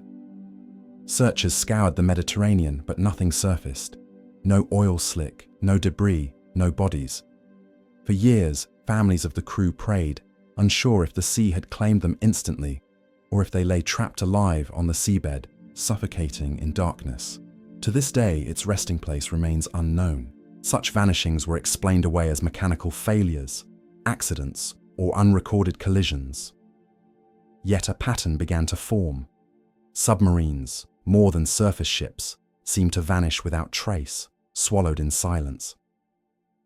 The Cold War turned the oceans into arenas of silent conflict. Submarines prowled under the ice, shadowed fleets, carried nuclear missiles, ghosts patrolling in eternal secrecy. Yet with their power came disappearances that rattled governments and terrified naval families. The most famous of these is the loss of the USS Scorpion in 1968. A skipjack-class nuclear submarine, the Scorpion carried 99 men and 2 nuclear torpedoes. It was returning from a mission near the Azores when it failed to arrive. For 5 months, families waited until wreckage was finally found 3,000 meters down on the Atlantic seafloor. But the mystery deepened. No distress call had been sent. The wreckage was shattered, but analysts could not agree whether it was an internal explosion, a Soviet attack, or catastrophic failure. Some whispered of a torpedo accidentally detonating within its own hull. Others claimed it was stalked and destroyed in a silent confrontation never admitted in the history books. Almost simultaneously, the Soviet submarine K-129 also vanished in 1968 in the Pacific. With 98 sailors aboard, it sank suddenly, leaving the Soviet Navy scrambling to find it. The CIA, however, located it first. In one of the most secretive operations of the Cold War, Project Azorian, the US attempted to recover the sub with a specially built ship, the Glomar Explorer. Though only part of the wreck was retrieved, rumors swirled of nuclear missiles and intelligence secrets being pulled from the abyss. To this day, the true circumstances of K-129's sinking remain disputed. Accident, mutiny, collision with an American submarine. Each theory raises more questions than it answers. 2 advanced submarines, vanishing in the same year on opposite sides of the globe, coincidence or part of a deeper pattern? Not all submarine vanishings remain mysteries. Sometimes the wreck is found, yet the story remains no less haunting. The Russian submarine Kursk, a massive nuclear-powered vessel, sank in 2000 in the Barents Sea. The official explanation: a faulty torpedo exploded, setting off a chain reaction. Yet what chills investigators is not only the explosion, but what followed. Rescue attempts failed. Survivors trapped in the rear compartments tapped desperate signals against the hull, messages picked up by other vessels. For days these men clung to life, awaiting rescue. Yet politics, secrecy, and the crushing depths conspired against them. By the time divers reached them, all were gone. The Kursk became a symbol, not of vanishing without a trace, but of vanishing into silence. Families received little explanation. Conspiracies bloomed. Was it struck by a NATO submarine? Was there new secret technology aboard that had to remain hidden? Even when we find the wreck, the ocean cloaks its truths. What makes some submarine disappearances particularly haunting is the utter lack of evidence. Ships usually leave traces: lifeboats, oil slicks, debris washed to shore. But submarines? Often nothing. The Argentine submarine ARA San Juan disappeared in 2017, with 44 crew members aboard. For a year, families held vigils as ships scoured the South Atlantic. Finally, in 2018, the wreck was located at nearly 1,000 meters depth. The vessel appeared crushed from an implosion. Yet even then, questions lingered. Why had the sub been sent out with known electrical problems? Why had no proper distress call reached headquarters? And what of the strange hydroacoustic anomaly detected by international listening posts at the exact time it disappeared? An explosion signature heard across the ocean. To grieving families, the answers were slow, conflicting, and unsatisfying. Once again, the sea gave nothing easily. In naval circles, whispered stories circulate of submarines that vanish for reasons stranger than engineering or human error. Crews have reported unidentified submerged objects, USOs, fast-moving craft beneath the waves, capable of speeds impossible for human technology. Could such encounters explain some vanishings? A submarine stalked, disabled, or destroyed by something not of this world? It sounds like fantasy, yet records exist of sonar readings showing objects outrunning torpedoes, vanishing abruptly, or moving in ways no known craft can. There are also reports of submarines experiencing strange time lapses, instruments going haywire, or compasses spinning wildly, phenomena attributed to magnetic anomalies. Could some submarines have strayed into regions of the sea where reality itself bends, dragging them away forever? Behind every vanishing submarine lies not just metal and machinery, but lives. Whole crews, cut off from the world in seconds, gone without goodbye. Families receive telegrams, vague explanations, official condolences, but rarely truth. The ocean does not easily surrender its secrets. Wrecks lie miles below, unreachable, their compartments frozen tombs. For decades, mothers, fathers, wives, and children have waited for answers that never come. Each vanishing leaves behind not just a mystery, but a wound. To speak of submarines disappearing is not merely to recount naval history, it is to feel the ache of uncertainty, the silence of a knock that never came on the door. The vanishing of submarines reminds us that even our strongest machines are fragile before the ocean. Steel bends, systems fail, and in moments, a vessel designed to master the sea becomes its prisoner. Yet it is not only accidents that haunt these stories. It is the possibility of something more. Collisions unrecorded, battles unacknowledged, encounters unexplained. The silence of governments, the secrecy of militaries, the evasions of officials, all conspire to deepen the mystery. Each submarine that vanishes adds to the legend. The sea is not only vast and hostile, but watchful. It swallows without explanation. And so, even today, as nuclear subs prowl the depths, their crews live with a truth, that below them lies a world still beyond control. The abyss does not forgive mistakes, and sometimes it does not give back at all. Submarines vanish, not just because of pressure or war, but because the ocean itself is an adversary unlike any other. It is darkness, silence, and pressure made into a kingdom. Every submarine is a visitor there, temporary, fragile, tolerated only for a time. When they vanish, whether through accident, conflict, or mystery, they remind us of a sobering fact. In the deep sea, human mastery is an illusion. The abyss holds dominion, and somewhere in its silence lie the ghosts of vessels that once carried men, hopes, and secrets, now part of the eternal, unexplained deep. The sea is not silent. Beneath its calm surface, strange movements ripple. Not all of these movements belong to whales, submarines, or fish. Some witnesses, military, scientific, and civilian alike, have spoken of fast-moving, silent objects that dart below the waves, changing direction without slowing down, vanishing into the deep as if the ocean itself opened a door for them. These reports gave rise to a chilling term, OSNIs, objects submersible but not identified. We know of UFOs, unidentified flying objects. The skies have their mysteries, but the seas have something stranger. Because while we often look up and wonder what may descend upon us, we rarely look down and ask what might already be living beneath us. OSNIs are not merely UFOs underwater. They behave differently, as if adapted perfectly to the ocean's crushing pressure, cold, and darkness. Witnesses describe objects that travel at hundreds of knots, far faster than any submarine known to man, yet produce no roar of cavitation, no trail of bubbles. They accelerate, stop, and turn with impossible agility. They sometimes rise from the ocean at astonishing speeds, piercing the surface like arrows of light, vanishing into the skies. Other times they plunge from the skies into the water without slowing down, leaving no debris, no explosion, no spray larger than a whale's splash. The question, whispered across naval bases and oceanographic institutes, is always the same. Are they ours? Are they theirs? Or are they something else entirely? Though tales of strange lights in the sea are as old as sailor folklore. The first systematic reports of OSNIs began in the 1960s, during the height of the Cold War. Navies from both east and west scoured the oceans with sonar, hydrophones, and patrol ships.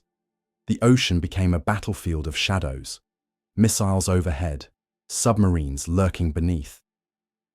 In this tension-filled silence, something unusual was detected. Sonar operators reported fast-moving contacts, but when they chased them, the signals vanished. Some assumed technical glitches, others weren't so sure. In 1967, off the coast of Nova Scotia, near Shag Harbour, Canada, an incident occurred that tied UFOs and OSNIs together. A group of witnesses saw a glowing object crash into the water. Military divers searched for wreckage, but found nothing. The object had apparently submerged, continued moving, and disappeared. Reports suggested that two glowing underwater objects were tracked leaving the site, moving faster than any known submarine. To this day, Shag Harbour is remembered not just as a UFO crash site, but possibly the most famous OSNI case in history. The world's most advanced navies, particularly the United States, Russia, and later China, developed extensive sonar networks to detect enemy submarines. The US Navy's SOSUS system, a series of deep ocean listening arrays, was so sensitive it could hear Soviet submarines crossing the Atlantic. But sometimes, operators monitoring SOSUS heard things that didn't match Soviet signatures.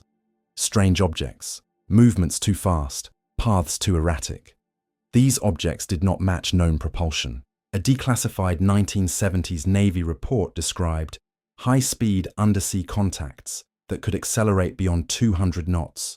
To put that in perspective, the fastest submarines on Earth max out around 40 knots. Beyond that, water resistance and cavitation, when bubbles form due to rapid movement, become destructive. Yet these unidentified objects reportedly moved as if water was no obstacle. Officially, nothing was explained. Privately, some officers whispered, "We're not alone down there." One of the most startling OSNI accounts comes from the Puerto Rico Trench, one of the deepest parts of the Atlantic. In 1978, a US Navy submarine was on a training mission when sonar picked up an object.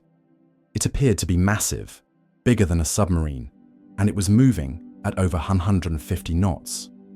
The crew tracked it for several minutes, astonished, before it shot upward and disappeared. Years later, civilian researchers investigating the trench claimed to record unusual sounds and detect strange anomalies. Some suggested that the trench itself might be a hotspot for OSNI activity.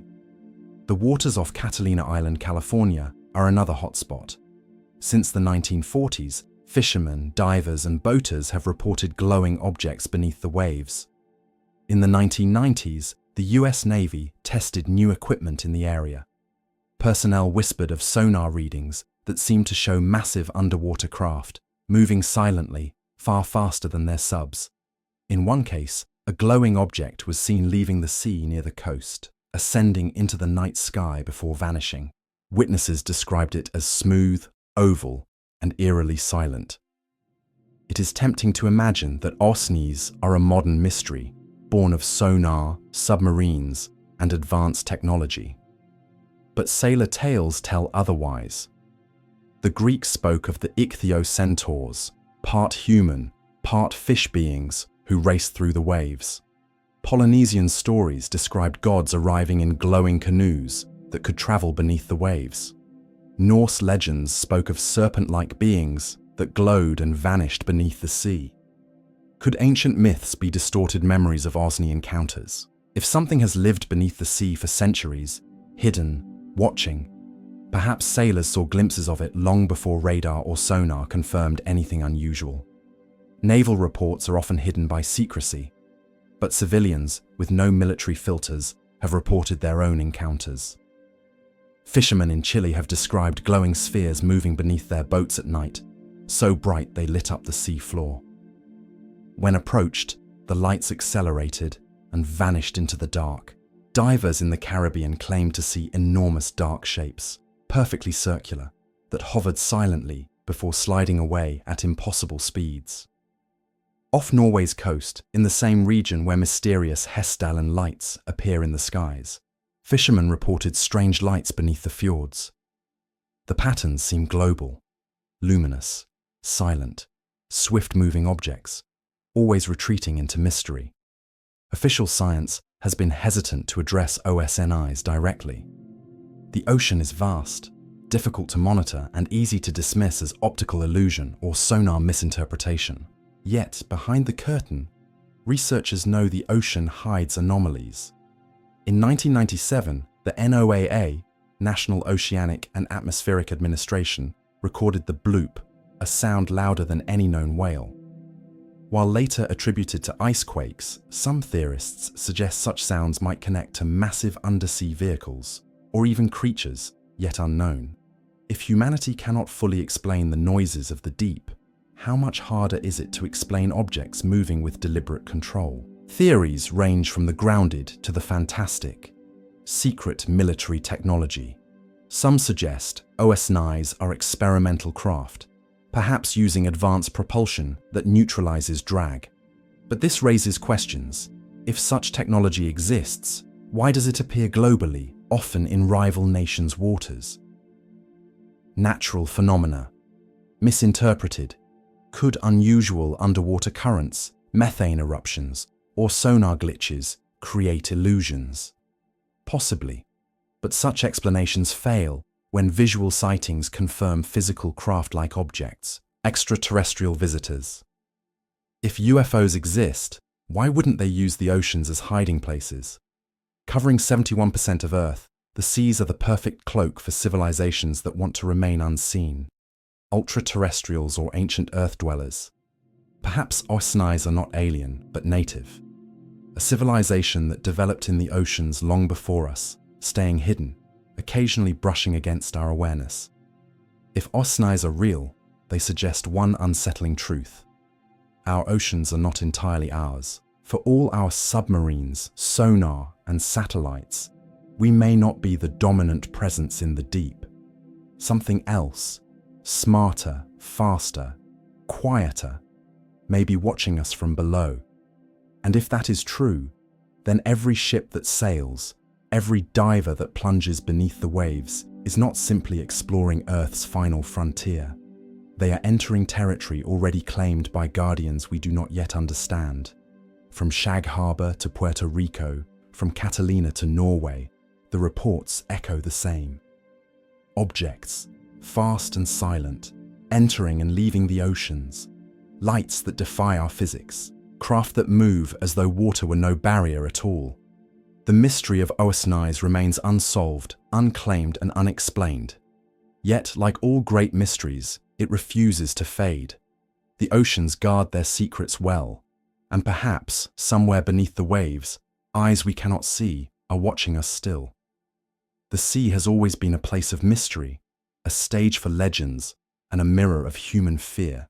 Among its most haunting tales are those of phantom ships, vessels that sail without a crew, that drift endlessly across oceans, or that appear suddenly in storms before vanishing into mist.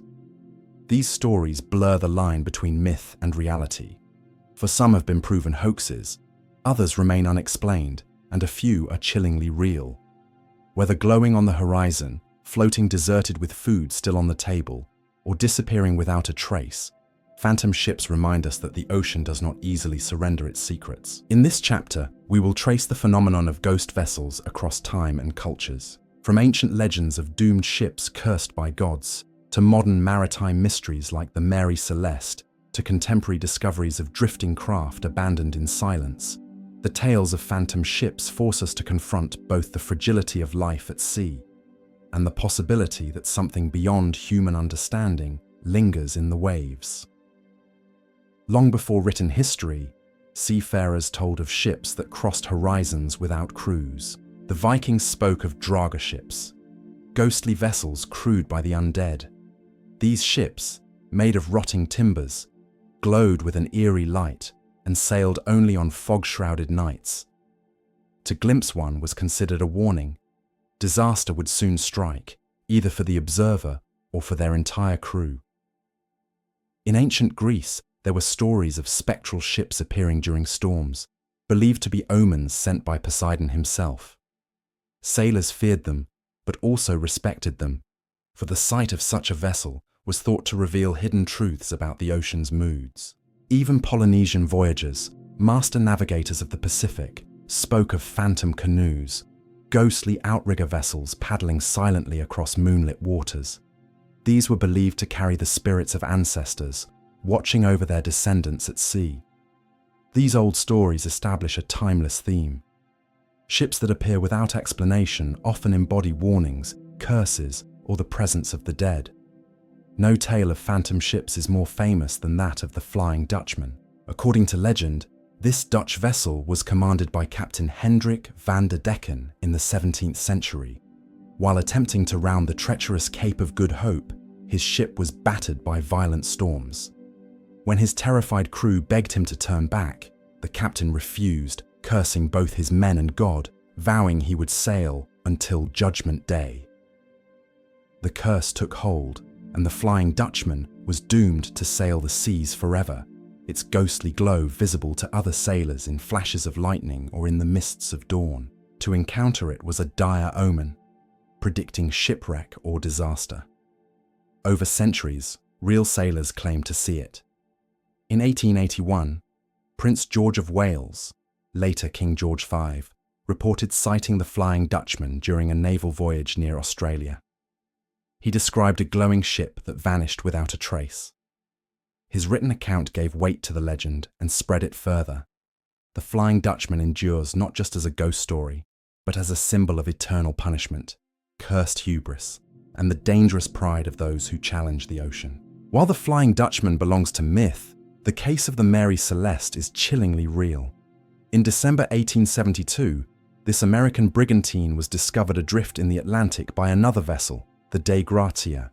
The Mary Celeste was seaworthy, its sails partially set, cargo intact, and personal belongings undisturbed. The lifeboat, however, was missing. Most unsettling was what was not found. The entire crew, including Captain Benjamin Briggs, his wife, and their 2-year-old daughter, had vanished. There were no signs of struggle, no evidence of piracy, and no clear explanation. Food was still on the table, water supplies were abundant, and the ship's log ended abruptly. Theories range from mutiny to sudden storms, to intoxication from leaking alcohol cargo, to underwater earthquakes. Some even whisper of sea monsters or supernatural abductions. Yet after nearly 150 years, the disappearance of the Mary Celeste's crew remains one of maritime history's greatest mysteries. The ship itself continued to sail for years afterward, almost as if cursed, eventually wrecked off Haiti in 1885 under suspicious circumstances. Its story embodies the perfect phantom ship mystery, empty, intact, and endlessly puzzling. The Mary Celeste is not alone. Many other vessels have been found eerily abandoned at sea. The Carroll A. Deering, 1921. This 5-masted schooner was discovered run aground off Cape Hatteras, North Carolina. Its lifeboats were gone, meals half prepared in the galley, and logs missing. No trace of the crew was ever found. The Cas 2, 2007, dubbed the Ghost Yacht, this modern Australian catamaran was discovered drifting with its engines running, computers on, and table set for dinner. The 3-man crew had vanished without explanation. The High Aim 6, 2003. Found near Australia, this Taiwanese fishing vessel floated with its cargo intact, but without a single crew member. Investigations never determined what happened. Each case adds to the eerie catalogue of phantom ships, modern proof that the phenomenon is not confined to distant centuries, but continues to this day. So what explains phantom ships? Rational theories suggest sudden storms forcing crews to abandon ship, rogue waves washing sailors overboard, piracy or mutiny followed by cover-up, carbon monoxide poisoning or toxic fumes leading to disorientation, mechanical failures that stranded vessels. But these explanations do not cover everything. Why are ships often found perfectly seaworthy, with food uneaten, sails intact, and no distress signals? Why are crew members never found, alive or dead? Supernatural theories abound as well. Ghostly manifestations of ships doomed at sea, portals to other dimensions swallowing crews, curses tied to specific vessels, the sea itself reclaiming its own in mysterious ways. In every explanation, there lingers a gap, the unanswered questions that keep the stories alive. Phantom ships are not just maritime mysteries, they have seeped into global culture. They appear in literature, from Coleridge's Rime of the Ancient Mariner to countless adventure novels. They feature in films, from Pirates of the Caribbean's portrayal of cursed ships to horror movies about abandoned yachts. They also serve as metaphors, symbols of loneliness, abandonment, and the unknowable nature of fate. In many ways, phantom ships are more than just seafaring stories. They are reflections of human fear of being lost, forgotten, or consumed by forces we cannot control. Why do phantom ships persist in lore? Perhaps it is because the sea itself is such a vast, alien environment. Even today, it covers over 70% of Earth's surface, much of it unexplored. A ship drifting empty across this vastness is more than just a vessel. It becomes a floating question mark, a canvas onto which human imagination paints fear and legend. In the endless horizon, where storms rise suddenly and compasses falter, a ghost ship reminds us of our vulnerability. It embodies the truth that, at sea, disappearance is possible, even easy. Lives can vanish without a trace, leaving behind only silence and mystery. Phantom ships are not simply tales of the supernatural. They are warnings and reminders. They tell us that the ocean remains a place where control is fragile, where human presence is temporary, and where nature, or something beyond nature, holds dominion. The next time you look out across the sea, imagine a faint silhouette on the horizon. A ship with sails torn, drifting silently, with no one to wave, no one to call. Is it a trick of the light, a drifting wreck, or something else entirely? Perhaps even now, somewhere on the dark waters of the Pacific or the Atlantic, another phantom ship floats in silence, waiting to be discovered. The ocean has always been Earth's greatest hiding place. Its depths remain the least explored frontier on our planet, holding more secrets than any jungle or desert. Scientists estimate that nearly 2/3 of all marine life remains undiscovered. That staggering fact means that for every whale, shark, or squid we know, there may be another creature lurking in the darkness, unseen, unnamed, and perhaps far stranger than we dare to imagine. This chapter explores the possibility of unrecorded species dwelling in the deep. Some are reported by scientists, others only whispered of by fishermen, sailors, and divers. A few appear in blurry photographs or grainy submarine footage, and some exist only in stories passed down through generations. Yet those stories often prove startlingly accurate, hinting at realities science has not yet caught up with. We will follow these threads of mystery, from giant squids that were once dismissed as myths but turned out to be real, to inexplicable behemoths detected by sonar, to terrifying encounters with creatures too big to classify. For every known fish in the ocean, there may be another, vast, elusive, and nameless, waiting. Before we can grasp the mystery of unrecorded species, we must understand the limits of ocean exploration. Over 80% of the ocean remains unmapped and unexplored. Deep trenches plunge down 7 miles, where pressure is 1,000 times stronger than at sea level, crushing nearly all human-made equipment. Darkness is total, temperatures near freezing, and the silence is broken only by the occasional groan of shifting earth or the clicks of distant life. Sending people is dangerous and expensive. Even unmanned submersibles can only travel so far before their equipment fails. What this means is simple. The ocean is vast enough to hide entire ecosystems from human eyes. Species may live and die for millions of years without us ever glimpsing them. Some may be massive, leaving only fleeting signs of their existence, like scars on whales or mysterious sonar recordings. The ocean is not just unexplored, it is unknowable in parts. And that unknowability is fertile ground for the idea of creatures too vast to name. For centuries, sailors spoke of the Kraken, a monster squid said to drag ships into the abyss. Most dismissed it as myth. Yet in the 19th century, carcasses of giant squids began washing ashore in Newfoundland and New Zealand. By the 21st century, scientists finally filmed a living giant squid in its natural habitat. The giant squid can grow over 40 feet long, with eyes the size of dinner plates and arms lined with serrated suckers. But what's most chilling is this.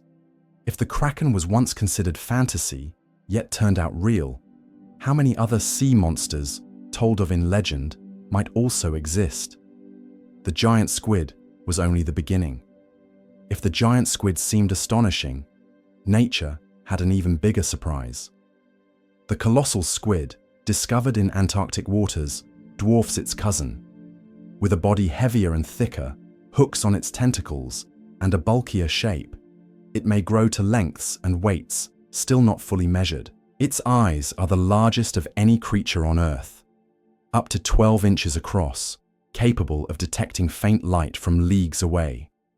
The discovery of the colossal squid suggests that the deep ocean is capable of producing species that are not only large, but massive enough to change our understanding of marine predators. If such creatures exist, how many others, bigger, stranger, are still waiting in the dark? In 1997, hydrophones deep in the Pacific picked up an ultra-low frequency sound scientists nicknamed the bloop. It was louder than any known whale song, so powerful that sensors thousands of miles apart recorded it. For years, speculation ran wild. Some suggested it was the call of a colossal, unknown sea creature. Later, scientists proposed that it may have been the cracking of icebergs. But the mystery remains, for the sound's profile more closely resembled a biological noise than a geological one. If it was a creature, it was something bigger than any whale, producing sounds across an ocean. The bloop serves as a reminder. The deep speaks in voices we do not understand, and not all of those voices can be explained. Beyond scientific data, sailors and fishermen have reported encounters with creatures they could not classify. Some describe serpentine bodies longer than their ships. Others tell of gigantic shadows beneath their vessels, larger than whales, moving silently. In the 19th century, whalers spoke of mysterious animals that left scars on sperm whales, tentacle marks too wide to belong to known squid species. Even today, modern fishermen occasionally haul up fragments of flesh, bones, or gelatinous tissue, unlike any recorded species. Such stories are often dismissed as exaggerations. Yet again and again, history shows us that what sailors describe sometimes turns out to be real. The megalodon, a prehistoric shark over 60 feet long, is thought to have gone extinct millions of years ago. But some believe that, in the deepest waters, remnants of its kind may survive. Reports of massive shark-like creatures occasionally surface, though none have been confirmed. Even without megalodons, the ocean hides gigantic sharks. The Greenland shark, living in Arctic depths, can grow over 20 feet long and live for more than 400 years. Its slow, silent movements make it nearly invisible to casual observers. If such creatures can exist largely unnoticed, who is to say even larger predators do not swim deeper still? One of the strangest truths about the ocean is that scale increases with depth. Creatures in the deep tend to be larger than their shallow water relatives, a phenomenon known as deep-sea gigantism. Giant isopods, massive squid, oversized jellyfish, and towering siphonophores have all been documented. The siphonophore, for instance, is a colonial organism found off the coast of Australia that may reach over 150 feet in length, longer than a blue whale. Yet it is delicate, transparent, and nearly invisible in the blackness of the abyss. If such alien creatures exist, what others, perhaps larger, stranger, more powerful, might we discover tomorrow? Part of what makes the idea of unrecorded species so frightening is not just their size, but their namelessness. To name something is to tame it, to place it within the boundaries of knowledge. But an unnamed creature, especially one too vast to fully observe, remains outside control. It is not just a threat to human safety, but a challenge to human understanding. This fear is why so many sea monster stories persist. They embody the unknown, the reminder that our mastery of Earth is not complete. Somewhere below, there may still be animals too big, too strange, and too powerful for us to catalogue. Even in the 21st century, new species are discovered every year. Deep-sea expeditions reveal creatures that glow, creatures that withstand crushing pressure, and creatures with bizarre forms that defy imagination. Fish with transparent heads, sharks that glow green in the dark, worms that survive in boiling hydrothermal vents. If such discoveries are made on small expeditions, imagine what lies in the still unexplored regions: the Mariana Trench, the Kermadec Trench, the dark rifts beneath Antarctic ice shelves. Entire kingdoms of life may exist down there, unseen and unrecorded. The ocean holds the largest living beings on Earth, yet it also hides mysteries larger still. From colossal squid to the unexplained bloop, from shadows under ships to scars on whales, every clue points to a truth we cannot deny. There are creatures out there that science has not yet named. Perhaps some are so large, so alien, that naming them will be impossible. They will remain, to us, vast and undefined, part of the living mythology of the sea, and maybe that is how it should be. The ocean does not owe us its secrets. Some mysteries belong not to science but to wonder. So the next time you hear the hush of the tide, remember, beneath those waves, in the blackness where light cannot reach, something vast and nameless may be moving, something waiting, unknowable, and alive. Time. It is one of the few constants we rely on. Seconds tick forward, minutes unfold, hours stretch into days. Whether we're on a busy street in Lagos, a quiet mountain in Nepal, or a drifting ship in the middle of the Pacific, time feels steady, unbroken, unstoppable. But deep beneath the ocean, in the crushing pressure and alien silence of the abyss, that certainty sometimes begins to blur. There are stories, not of monsters, not of ghost ships, not even of vanishing civilizations, but of something far stranger, time itself becoming untrustworthy. Divers resurface with confused eyes, realizing they have lost entire hours. Submarines report clocks malfunctioning, with minutes repeating or vanishing altogether. Strange accounts speak of researchers who descend into the deep and emerge believing only minutes have passed, while their shipmates swear they were gone for half a day. The sea, it seems, does not always respect the same ticking rhythm that rules our landbound lives. Tonight, let us step gently into this mystery of lost time beneath the waves, where reality itself feels fluid. To understand why such anomalies capture the imagination, we first need to reflect on how different the deep sea already is. Time, in a sense, is measured by change. The rising and setting of the sun, the movement of tides, the aging of our bodies, the rhythm of clocks and machines. But in the abyss, the sun never rises. Tides are faint pulses against the immensity of darkness. Creatures evolve slowly, built for endurance, not speed.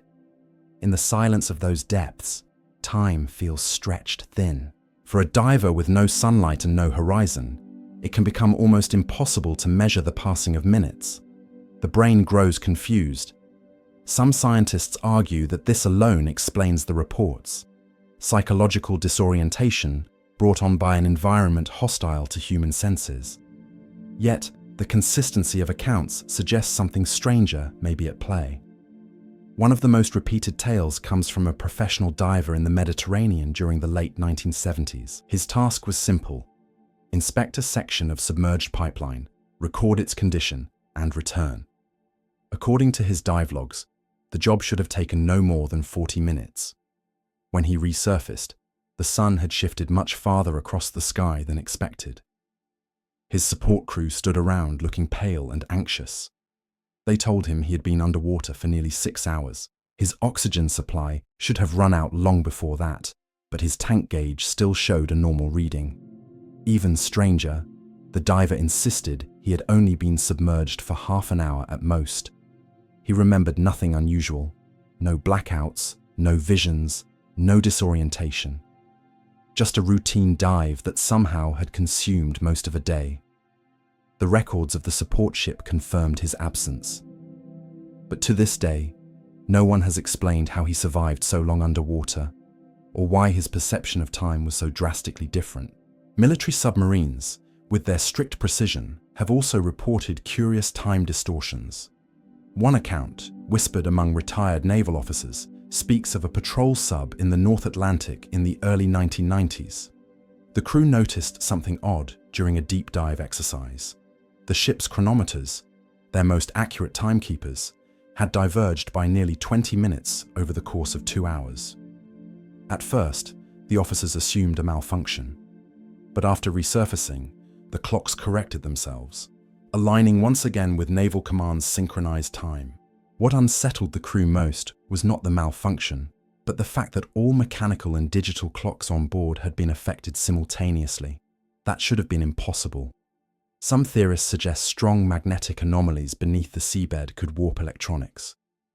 Others hint at something more mysterious, perhaps time itself shifting subtly in places where pressures and gravitational pulls meet in ways we don't yet understand.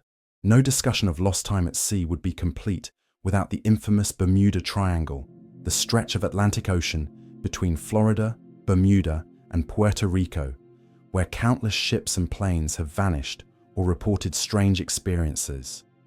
Among the stories are not just disappearances, but time anomalies. One pilot, flying over the region in 1970, reported a hazy tunnel of clouds that seemed to swallow his plane. Inside, his instruments spun wildly. When he emerged, he found himself hundreds of miles farther than he should have been, having traveled in only minutes what should have taken an hour. His fuel consumption matched the shorter duration, as if the missing time had been erased from reality. Sailors tell similar tales, losing track of hours, drifting into a fog, and emerging to find that night had fallen or dawn had come too soon. For some, the triangle is not merely a place of vanishing vessels, but a region where time itself folds and bends. Are these just human errors, tricks of the mind, or malfunctions of instruments? Perhaps, but the scientific imagination is tempted to reach further. Magnetic anomalies. The ocean floor is riddled with mineral-rich ridges and volcanic activity. Shifts in magnetic fields could disrupt navigational tools and possibly affect electronic timekeeping. Gravitational irregularities. The Earth is not perfectly round, its mass is uneven. Certain regions of the seabed may exert slightly different gravitational pulls, minutely altering how time is experienced, much like Einstein's theory of relativity predicts near massive bodies. Psychological effects. In the deep deprived of natural light and reference points, the brain's inner clock can distort, making minutes feel like hours or vice versa. This might explain many diver experiences, something unknown. And then there is the possibility that we simply do not understand time as fully as we believe. Could the ocean's abyss conceal conditions where time flows differently, even just for brief moments?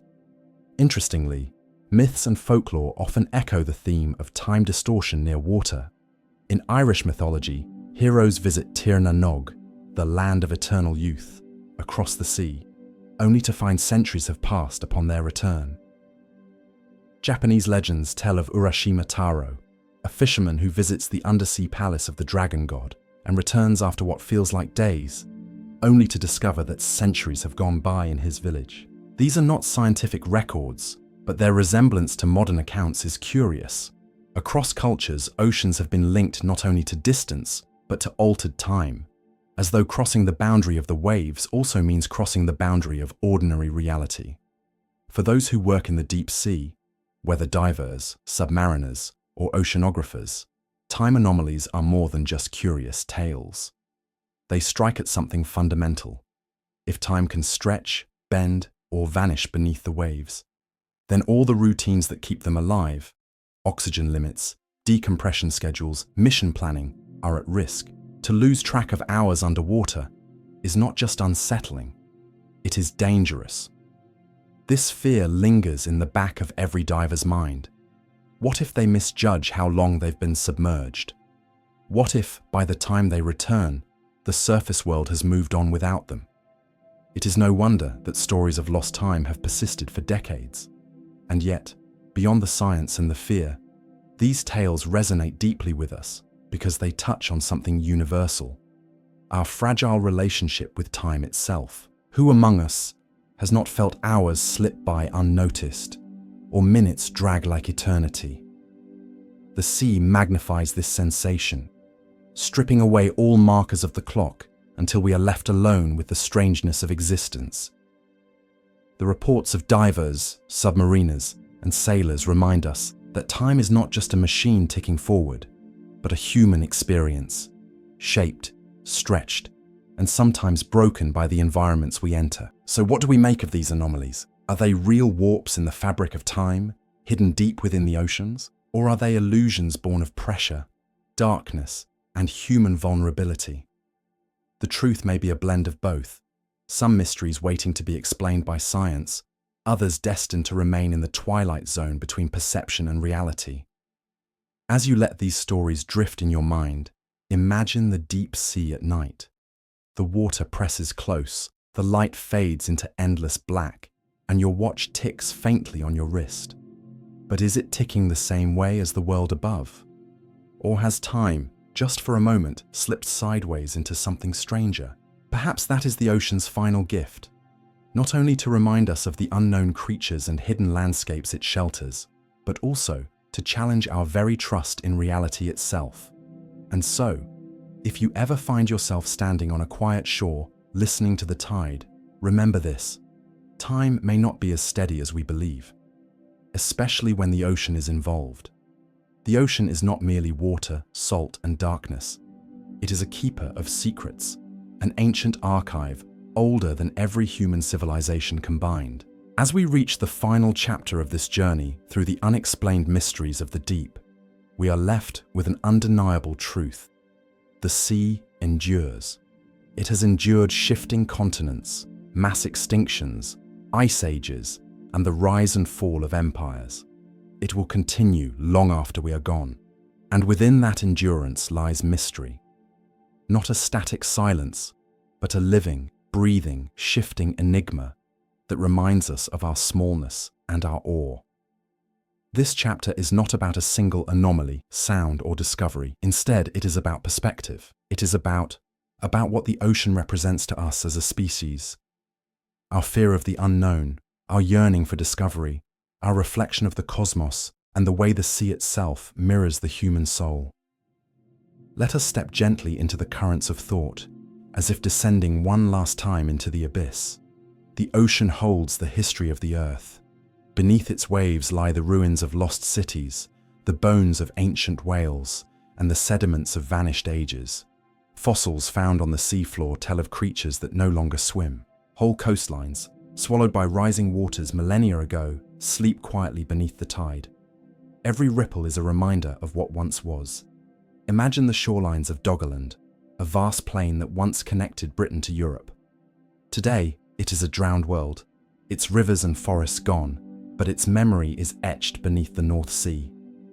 Archaeologists have dredged up tools, bones, and remnants of human lives once lived upon its green fields. The sea remembers them, even when we nearly forgot. When we speak of enduring mysteries, it is not just strange sounds like the bloop, or unexplained anomalies like the Baltic object. It is this vast continuity, this memory of the planet itself, held like a library beneath waves too deep to fathom. Why does the sea frighten us? For some, it is the simple fear of drowning. For others, It is the fear of what lurks unseen. The human brain evolved on land, under the open sky, where predators could be spotted at a distance. But in the ocean, visibility drops quickly. Beyond a few meters, everything is obscured in a blue-grey haze. At night, or deeper down, it becomes total darkness. Our minds fill that darkness with monsters. Even though science explains much, the primal fear lingers. Stories of sea serpents, krakens, and leviathans endure because they resonate with this instinct. They remind us that in the deep, we are out of place. This fear is also a form of respect. The sea endures because we fear it enough not to conquer it completely. Unlike forests we have cut down, or mountains we have leveled, the abyss resists us. Submarines, diving suits, and remote vehicles give us glimpses, but the deeper layers remain untouchable. The ocean holds its secrets tight, as if to say, some mysteries are not for you. In a strange way, the ocean is not just earthly, it is cosmic. Consider this: more humans have walked on the moon than have reached the deepest point of the Mariana Trench. The abyss, with its darkness, its crushing pressure, and its isolation, mirrors outer space. Both realms demand technology to enter. Both strip away human comfort. Both remind us of how fragile we are. Astronomers often say that exploring the ocean is like looking at an alien planet right here on Earth. Creatures that glow, shimmer, and twist in impossible shapes live in the trenches. Hydrothermal vent ecosystems thrive without sunlight, drawing energy from chemicals instead. It is not hard to imagine that when we finally discover life beyond Earth, perhaps beneath the icy crust of Europa or Enceladus, it will resemble the deep-sea organisms we already know. The endurance of the sea, then, is also a message. The unknown is not far away. It surrounds us. The cosmos is not only above, but below, waiting to be understood. Imagine a diver descending with a submersible to the ocean floor. There is silence, broken only by the hum of machinery and the occasional groan of pressure. No wind, no voices, no birds, just the endless whisper of time. The ocean has a strange way of slowing perception. Hours feel like moments when you are staring into the abyss. This distortion of time is reported not just by scientists, but also by sailors who have drifted across vast, empty horizons. The sea reminds us that human clocks are small things. Its tides obey the moon. Its currents obey forces older than life itself. Perhaps this is why sailors of old spoke of time anomalies, or of vanishing into fogs where hours slipped by unnoticed. Perhaps the ocean's endurance is so immense that it bends our very perception of time, forcing us to glimpse eternity. Throughout our journey, we have encountered many stories of guardians, from ghost ships to strange lights, from sunken monuments to anomalies that resist explanation. These are not just curiosities, they are archetypes, symbols of the ocean's will to endure. The guardians may not be literal beings, but in another sense, they are real. They are the whales that carry songs across thousands of miles. They are the giant squid that eluded human eyes for centuries, existing in myth until one was finally filmed. They are the coral reefs, alive with color, fighting to survive against climate change. They are all reminders that the ocean is alive, protective, and patient. We are guests here, and guests must behave. When we pollute, overfish, or drill without care, the sea endures, but at a cost. Storms grow fiercer. Currents shift. The endurance of the deep is not infinite. The guardians, silent as they are, warn us with every change. Why do humans tell stories of the deep? Because mystery is necessary. Without it, curiosity dies. Without curiosity, there is no discovery. From the Polynesian navigators who crossed the Pacific guided only by stars and swells, to the Viking sagas of sea serpents, to modern documentaries capturing glowing creatures in the dark, our species thrives on making meaning from the sea. Even when explanations exist, the myths endure because they feed something deeper inside us, the need to wonder. When sailors told tales of the Flying Dutchman, they were not just entertaining themselves, they were warning of hubris, of ignoring the signs of the sea. When legends spoke of cities swallowed by waves, they were passing down memory of floods, tsunamis, and rising tides.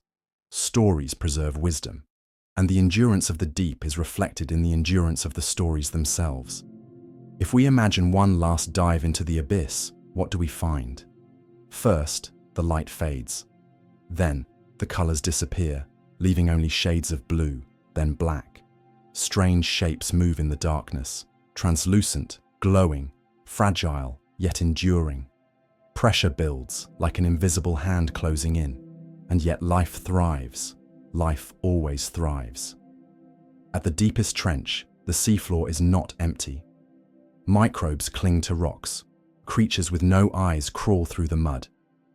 And above, schools of fish move like living constellations. The endurance of the deep is written in every organism that survives where survival should be impossible. The ocean does not give up its mysteries easily, but in glimpses, in fragments, in fleeting moments of discovery, we are reminded that the unknown still exists. And as long as mystery remains, so too does wonder. The ocean teaches patience, it teaches humility, it teaches that endurance is not stillness, but movement through time. We live in an age of satellites, smartphones, and instant answers. Yet the ocean resists. It refuses to be mapped entirely, refuses to be named completely. It holds onto its shadows. That endurance is a gift. It means there will always be mysteries to chase, always stories to tell. Perhaps the true enduring mystery of the deep is not in what it hides, but in what it gives us. The eternal reminder that we do not know everything, and that is a beautiful thing. As we close this long voyage through unexplained deep-sea mysteries, let us remember the sea not as an enemy or a puzzle to be solved, but as a companion on humanity's journey. It has been here before us. It will be here after us. It endures. And in its endurance, it asks only that we respect it, listen to its whispers, and keep alive the stories that make us look out at the horizon and wonder what lies beneath. So when you next hear the crash of waves or see the calm shimmer of a morning tide, remember, beneath that surface stretches a realm older, deeper, and stranger than you can imagine. A realm that endures, a realm that watches, a realm that perhaps is still waiting to reveal its greatest secrets. As we surface from this long descent into the deep, let us take a quiet moment to reflect. The ocean, vast and unfathomable, has shown us shadows and whispers, strange sounds, vanishing vessels, ghostly lights, and forgotten ruins. Each mystery we explored was like a ripple across dark waters, hinting at truths hidden far below. The deep sea humbles us. Even with satellites circling the skies, rovers crawling across Mars, and telescopes peering into the edges of the universe, most of our own ocean floor remains unseen, untouched, unmapped. It reminds us that mystery is not always out there in the cosmos. It is right here on Earth, beneath the waves we think we know so well. Perhaps that is why the deep sea calls to us. Its darkness is not empty, but alive with secrets. Some may one day be solved. The origin of the bloop, the nature of the Baltic anomaly, the true shape of Yonaguni's monument. Others may remain forever hidden, preserved in silence by the crushing pressure and eternal night. And maybe that is how it should be. For mystery fuels wonder, and wonder keeps us searching. Without unanswered questions, the journey itself would lose its magic. So, as you let these stories settle in your mind, picture the quiet of the abyss, an endless midnight where strange creatures glow like living stars, where forgotten civilizations sleep beneath shifting sands, and where the unknown still guards its secrets. Rest easy now. The deep keeps its watch, and the mysteries remain. They are not lost, they are simply waiting.